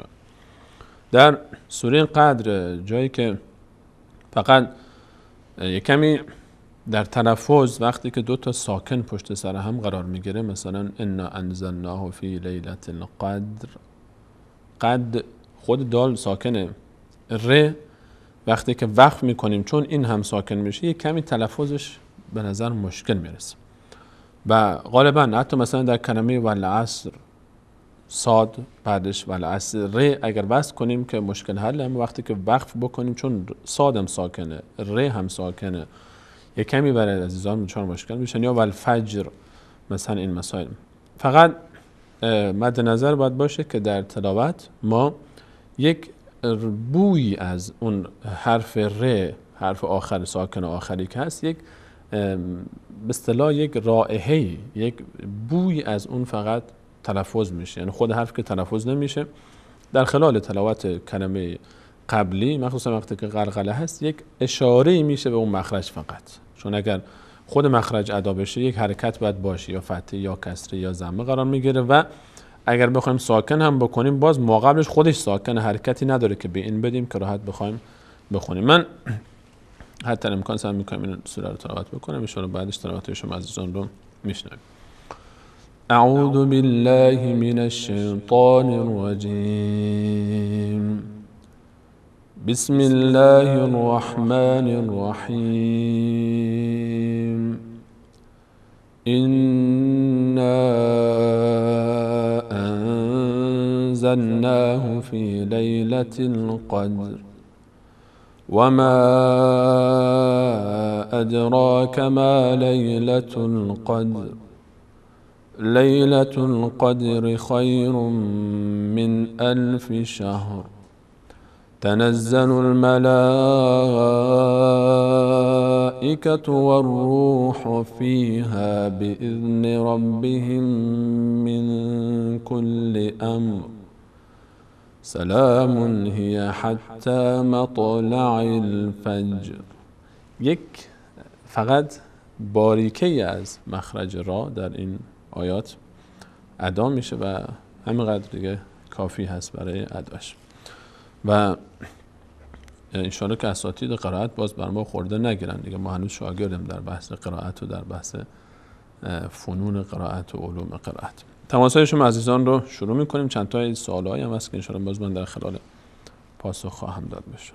سلام علیکم. روخانی قرآن کریم بفرمایید.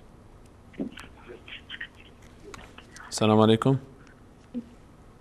سلام علیکم. سلام بر شما بفرمایید بیننده گرام. خودتون رو معرفی میکنید قربان؟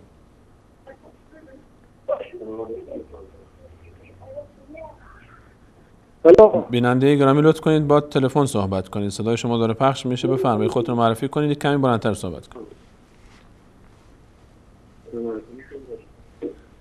سلام علیکم. علیکم السلام و رحمت الله. خودتون رو معرفی میکنید؟ ما از تاجیکستان. اسمتون؟ ما از تاجیکستانم نبرم تلاوت میکنه نگاه کنید. صدای تلویزیونتون رو ببندید. بسم الله شروع کنید. کدوم سوره رو تلاوت میکنید؟ خب بیننده گرامی کدوم سوره رو تلاوت میکنید؟ شروع کنید. بسم الله. نامون حاج شریف. صدای ما رو از تلفن بشنوید. من خواهش میکنم که تلویزیونتون رو ببندید با تلفن صحبت کنید. خاموش کردیم تلویزیون. بله بسم الله. کدوم سوره رو تلاوت میکنید؟ بسم الله. سوره اعوذ برب الناس. بسم الله. سوره ناس. بسم الله. میشنم این صدای شما.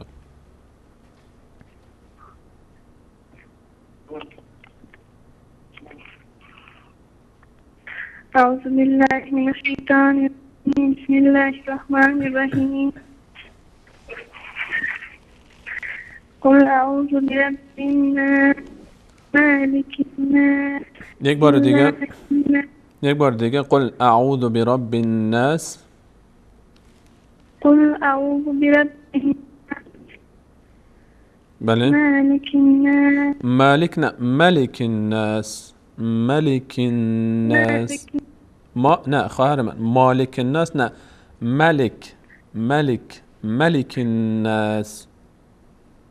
مالك الناس إله الناس من شر الوسواس الخناس الذي يوسوس في صدور الناس من الجنة والناس. ممنونم از تماس شما. فقط دقت کنید روی کلمه ملک الناس. مالک نشه. ملک الناس. ملک الناس. مالك الناس. ملک بگید. ملک مالك الناس. ممنونم از تماس شما. متشکرم. سلام علیکم. بینندگان عزیز دقت کنید که مالک یوم الدین اون در سوره حمد فرق میکنه با این. اون الف داره بعد از میم. مالک ملک درست که لازم معنا یک چیز اما تعبیری نیست لفظ. ملک الناس. همینطور در کلمه یوسوسو نشه. یوسوسو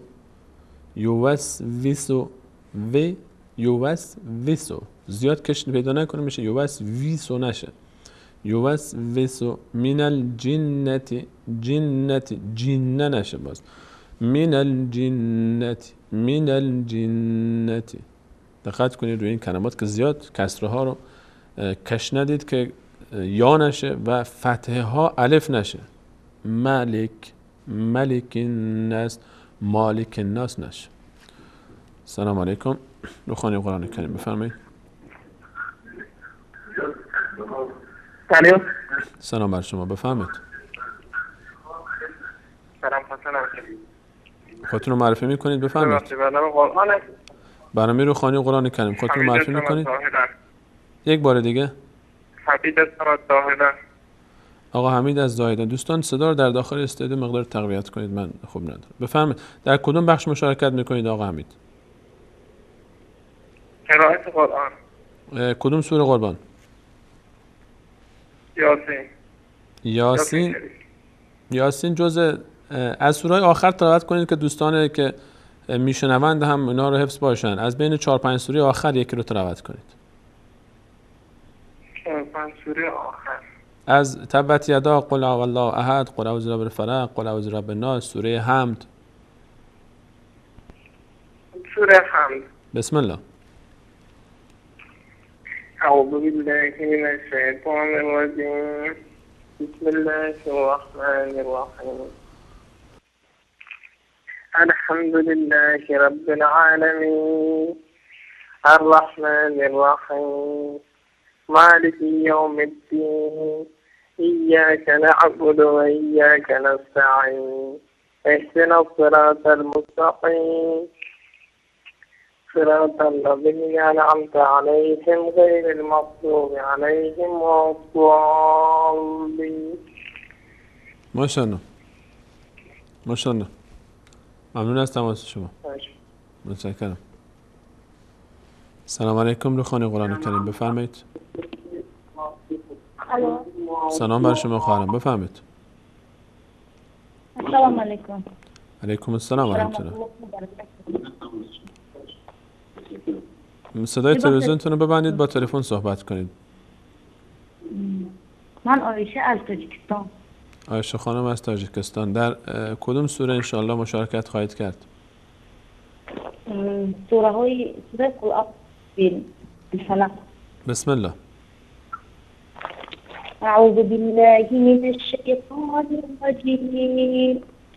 بسم الله الرحمن الرحیم. قل اعوذ برب الفلق من شر ما خلق ومن شر غاسق إذا وقب ومن شر النفاثات في العقد ومن شر حاسد إذا حسد. صدق الله العظيم. احسنتم. ماشاءالله ماشاءالله. متشکرم از تماسش. موفق باشید. سلام علیکم. رخانه قرآن کریم بفرمایید. الو سلام استاد. سلام بر شما قربان. خودتون رو معرفی میکنید؟ قربان شما. من فریبرز هستم از ایران زنگ میزنم. آقا فریبرز از ایران. فریبرز جان در کدوم سوره با ما مشارکت میکنید قربان؟ استاد سوره قدر رو بی زحمت اگه کنه. بسم الله. اون صفحه بیاد تو دینه داره. صفحه براتون سوره قدر رو بگذاریم. احمد جان تصویر سوره قدر برایشون بگذارید. هر وقت که تصویر اومد خودتون اعوذ بالله بسم الله رو بگید شروع کنید. شما اعوذ بالله بسم الله رو بگید تصویر میاد. بسم الله. اعوذ بالله من الشیطان الرجیم. بسم الله الرحمن الرحیم. إنا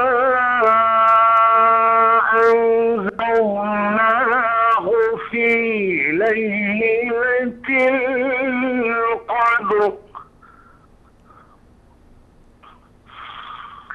وما أدراك ما ليلة القدر. ليلة القدر خير من ألف شهر. ليلة القدر خير من ألف شهر.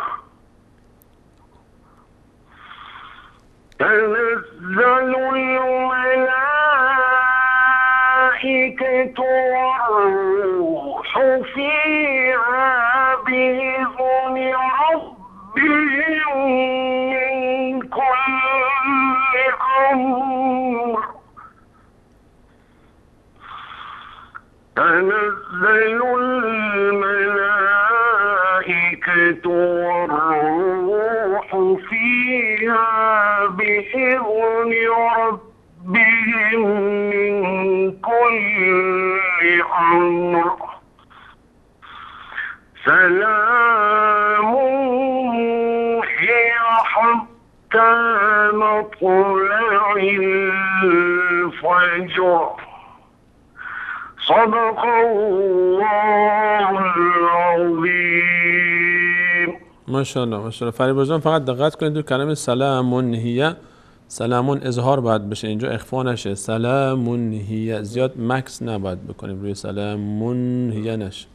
متشکرم از تماس شما. ماشاءالله بسیار زیبا بود تلاوتتون. خیلی متشکرم. قربان شما. موفق باشید. انشاءالله که همین تمریناتون ادامه بدید و انشاءالله حتما در زمینه قرآنی و قرائت قرآن موفقیت‌های زیادی رو خواهید داشت با امید الله تعالی.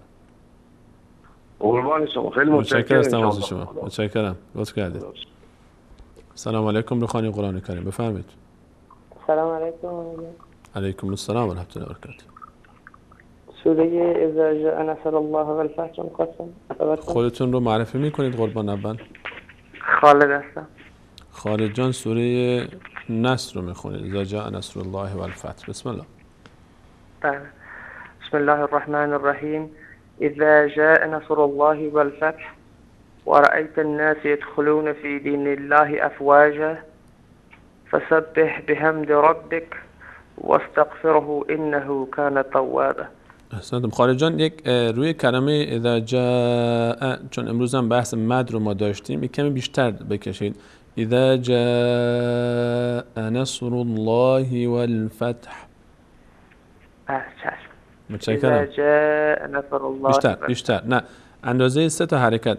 اذا جاء نصر الله والفتح. چشم. همین میکنم انشاءالله که باید تماس میگیرم. متشکرم از تماس شما. موفق باشید. سلام علیکم. روخانی قرآن کریم بفرمایید. سلام بیننده گرامی بفرمایید. الو سلام علیکم. علیکم السلام و رحمت الله و برکاته. خودتون رو معرفی میکنید؟ رایدا هستم از آلمان. از آلمان. در کدوم سوره با ما مشارکت میکنید خواهرم؟ سوره قدر. سوره قدر. بسم الله.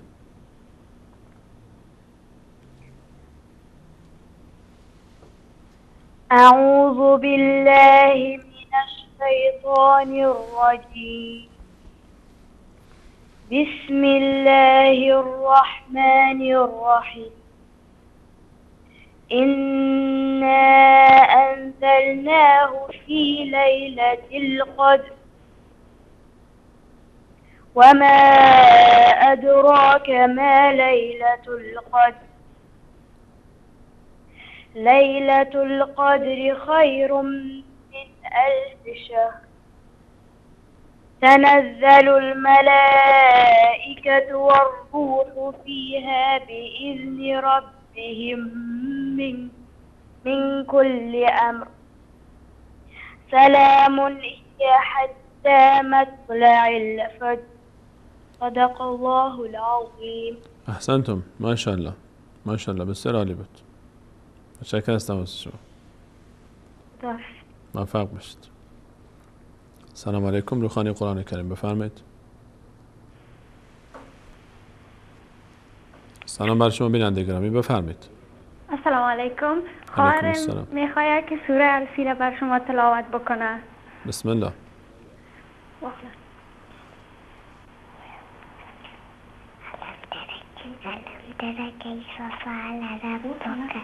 ألم تر كيف فعل ربك بأصحاب الفيل ألم يجعل كيدهم في تضليل وأرسل عليهم طيرا أبابيل ترميهم بحجارة من سجيل فجعلهم كعصف مأكول. ماشاءالله. احسنت. ماشاءالله. چند ساله هستین شما؟ 4 سال داره. ماشاءالله ماشاءالله. الله تعالی ایشون رو حفظ بکنه. ماشاءالله. متشکرم از تماس شما. سلام علیکم. علیکم السلام و رحمت الله. سلام علیکم. روخانی قرآن کریم بفرمایید. سلام علیکم. علیکم السلام.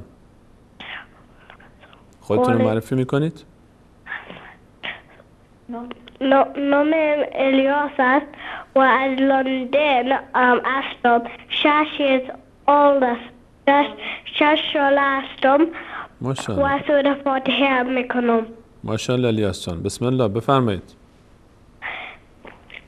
بسم الله الرحمن الرحیم.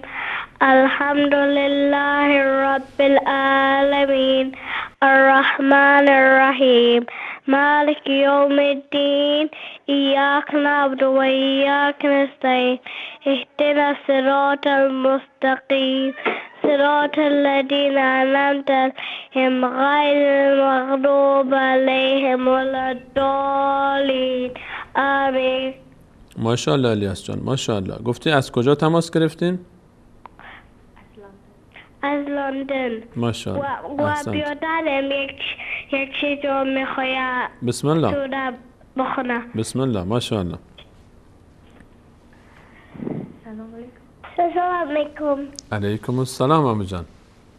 شما کدام سوره رو میخوانید؟ بسم الله الرحمن الرحیم. متی سالستون علم عیسی است. عیسی جان ماشاءالله. بسم الله. بسم الله الرحمن الرحیم. لهو علو شبت مثل یوم اکو واحد. ماشاءالله ماشاءالله. سوره اخلاص رو خوندن. قل هو الله احد الله الصمد لم یلد ولم یولد ولم یکن له کفوا احد. ماشاءالله. متشکرم از تماس شما. جزاکم الله خیرا. ماشاءالله. احسنتم. ماشاءالله. حقیقتا جای خوشحالی است وقتی که در قلب اروپا جوانان ما، فرزندان ما، نونهالان ما و فرزندان آینده سازان امت اسلامی اهتمام دارند به قرآن کریم و جای واقعا خوشحالی است که والدین این بزرگواران اهمیت میدن به تعلیم قرآن کریم، به روخانی قرآن کریم و پیگیری میکنن و انشاءالله که همه عزیزانی که در اروپا و آمریکا زندگی میکنن مسئله تعلیم قرآن کریم، مسئله تعلیم دین مبین اسلام رو جز اولویت‌های خودشون برای فرزندان، برای خودشون در وهله اول و برای فرزندانشون قرار بدن، به مانند این دسته گل‌هایی که ما ماشاءالله صداشون رو میشنویم. شاید تو صحبت کردن هم کامل بلد نیست، اما خب تلاش میکنه که همون اولین کلماتی که یاد میگیره قرآن کریم باشه. بسیار ارزشمنده واقعا این تلاش کودکانه و اجر عظیم انشاءالله خواهد داشت. سلام علیکم. روخانی قرآن کریم بفرمایید. الو. سلام بر شما بفرمایید. خودتون رو معرفی میکنید قربان؟ کریم هستم جناب. آقا کریم، در کدوم بخش مشارکت میکنید قربان؟ قسمت قرآن. در تلاوت کدوم سوره؟ سوره تبت. سوره مسد. بسم الله بفرمایید. بسم الله.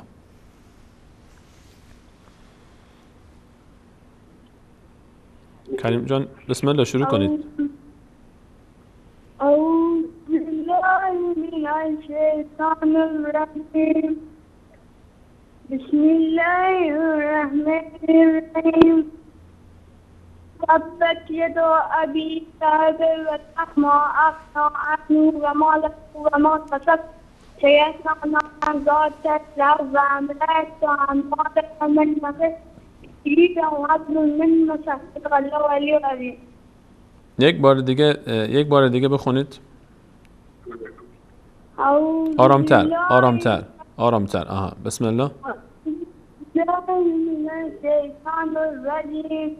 بسم الله الرحمن الرحیم تبت أبي لهب وتب ما أغنى عنه وما له.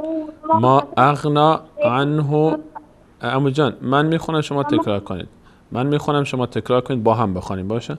ما اغنى عنه ماله و ما کسب. شما بگین. ما اغنى عنه ماله و ما کسب سيصلى نارا ذات لهب سيصلى نارا ذات لهب وامرأته وامرأته وامرأته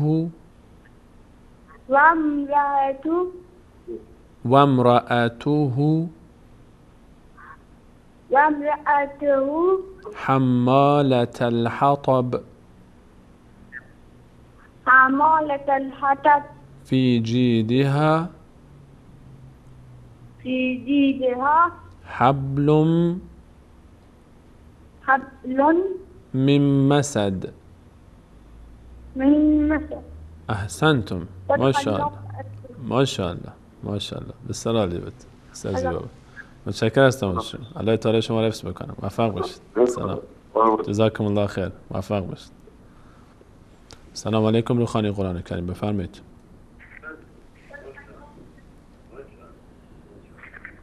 سلام بیننده گرامی صحبت بفرمایید.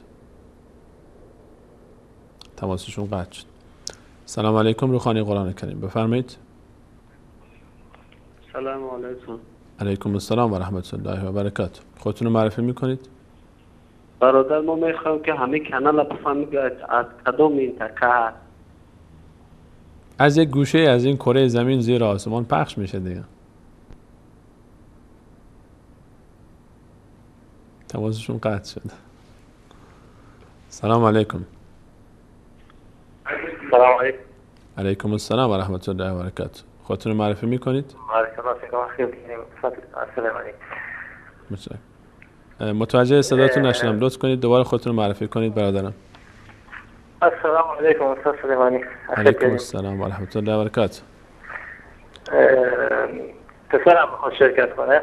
اسمشون رو بگید. بلد نیست فقط صورت میکنه. اسمشون رو بگید شروع کنن تلاوتش. اسمشون عبدالله. مشکل اگه سوره غیر از سوره دیگه بخونه. تماس گرفتید و میخواید قرآن بخونید، کسی میتونه به شما بگه نه؟ نه من خواهشم. هر جایی که دوست دارن بخونن. هر جایی که دوست دارن بخونن. هر جایی که دوست دارن. سوره نبأ بخونه. بسم الله. بسم الله الرحمن الرحيم عما يتساءلون عن النبأ العظيم الذي هم فيه مختلفون كلا سيعلمون ثم كلا سيعلمون ألم نجعل الأرض مهادا والجبال أوتادا وخلقناكم أزواجا وجعلنا الليل لباسا وجعلنا نومكم سباتا وجعلنا الليل لباسا وجعلنا النهار معاشا وبنينا فوقكم سبعا شدادا وجعلنا سراجا وحاجا أحسنتم. وأنزلنا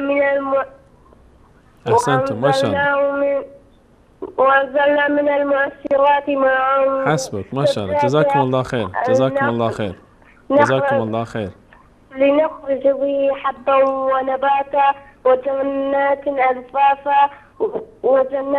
ألفافا إن يوم الفصل كان ميقاتا يوم ينفخ في الصور. استاد سلیمانی.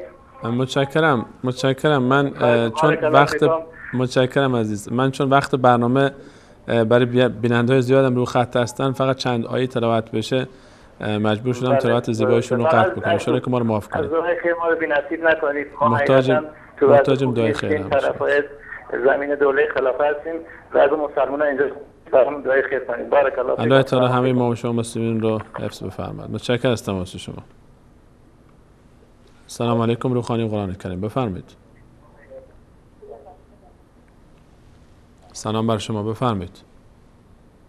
علیکم السلام و رحمت الله و برکاته. خودتون رو معرفی میکنید بیننده گرامی؟ مراد الله هستم. میخوام از سوره قدر به شما قرائت کنم. بسم الله بفرمایید. اعوذ بالله من الشیطان الرجیم. بسم الله الرحمن الرحیم. إنا أنزلناه في ليلة القدر وما أدراك ما ليلة القدر ليلة القدر خير من 1000 شهر تنزل الملائكة والروح فيها بإذن ربهم من كل أمر سلام هي حتى مطلع الفجر صدق الله العلي العظيم. احسنتم ما شاء الله بسیار زیبا بود. جزاکم الله خیر. متشکرم از تماس شما. سلام علیکم. روخانی قرآن کریم بفرمایید. سلام بر شما بیننده گرامی. صحبت بفرمایید. صدای ما را از تلفن بشنوید. سلام بر شما. صحبت کنید لطفاً. صداشون قطع شد. سلام علیکم. روخانی قرآن کریم بفرمایید. سلام. سلام بر شما. خودتون رو معرفی میکنید؟ خسته نباشید. سلامت باشید. متشکرم. حسین هستم از تهران زنگ میزنم. حسین آقا از تهران. در کدوم بخش مشارکت میکنید قربان؟ این برنامه شما پیگیری میکنید اگه میشه گرامر عربی رو از این هفته 2 بار یاد بگیرید.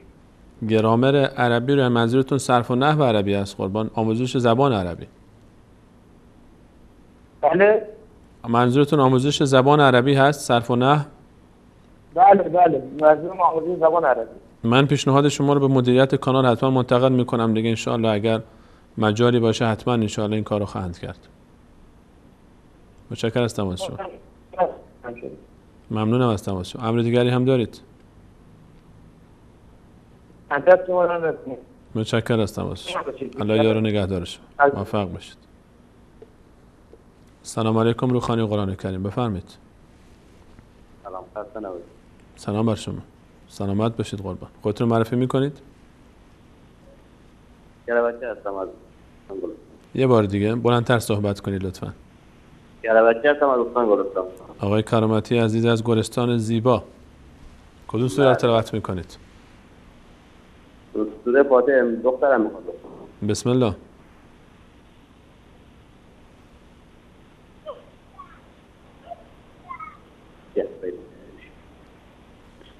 بسم الله الرحمن الرحيم الحمد لله رب العالمين مالك يوم الدين إياك نعبد وإياك نستعين اهدنا الصراط المستقيم صراط الذين أنعمت عليهم غير المغضوب عليهم ولا الضالين. ماشاءالله عمو جان.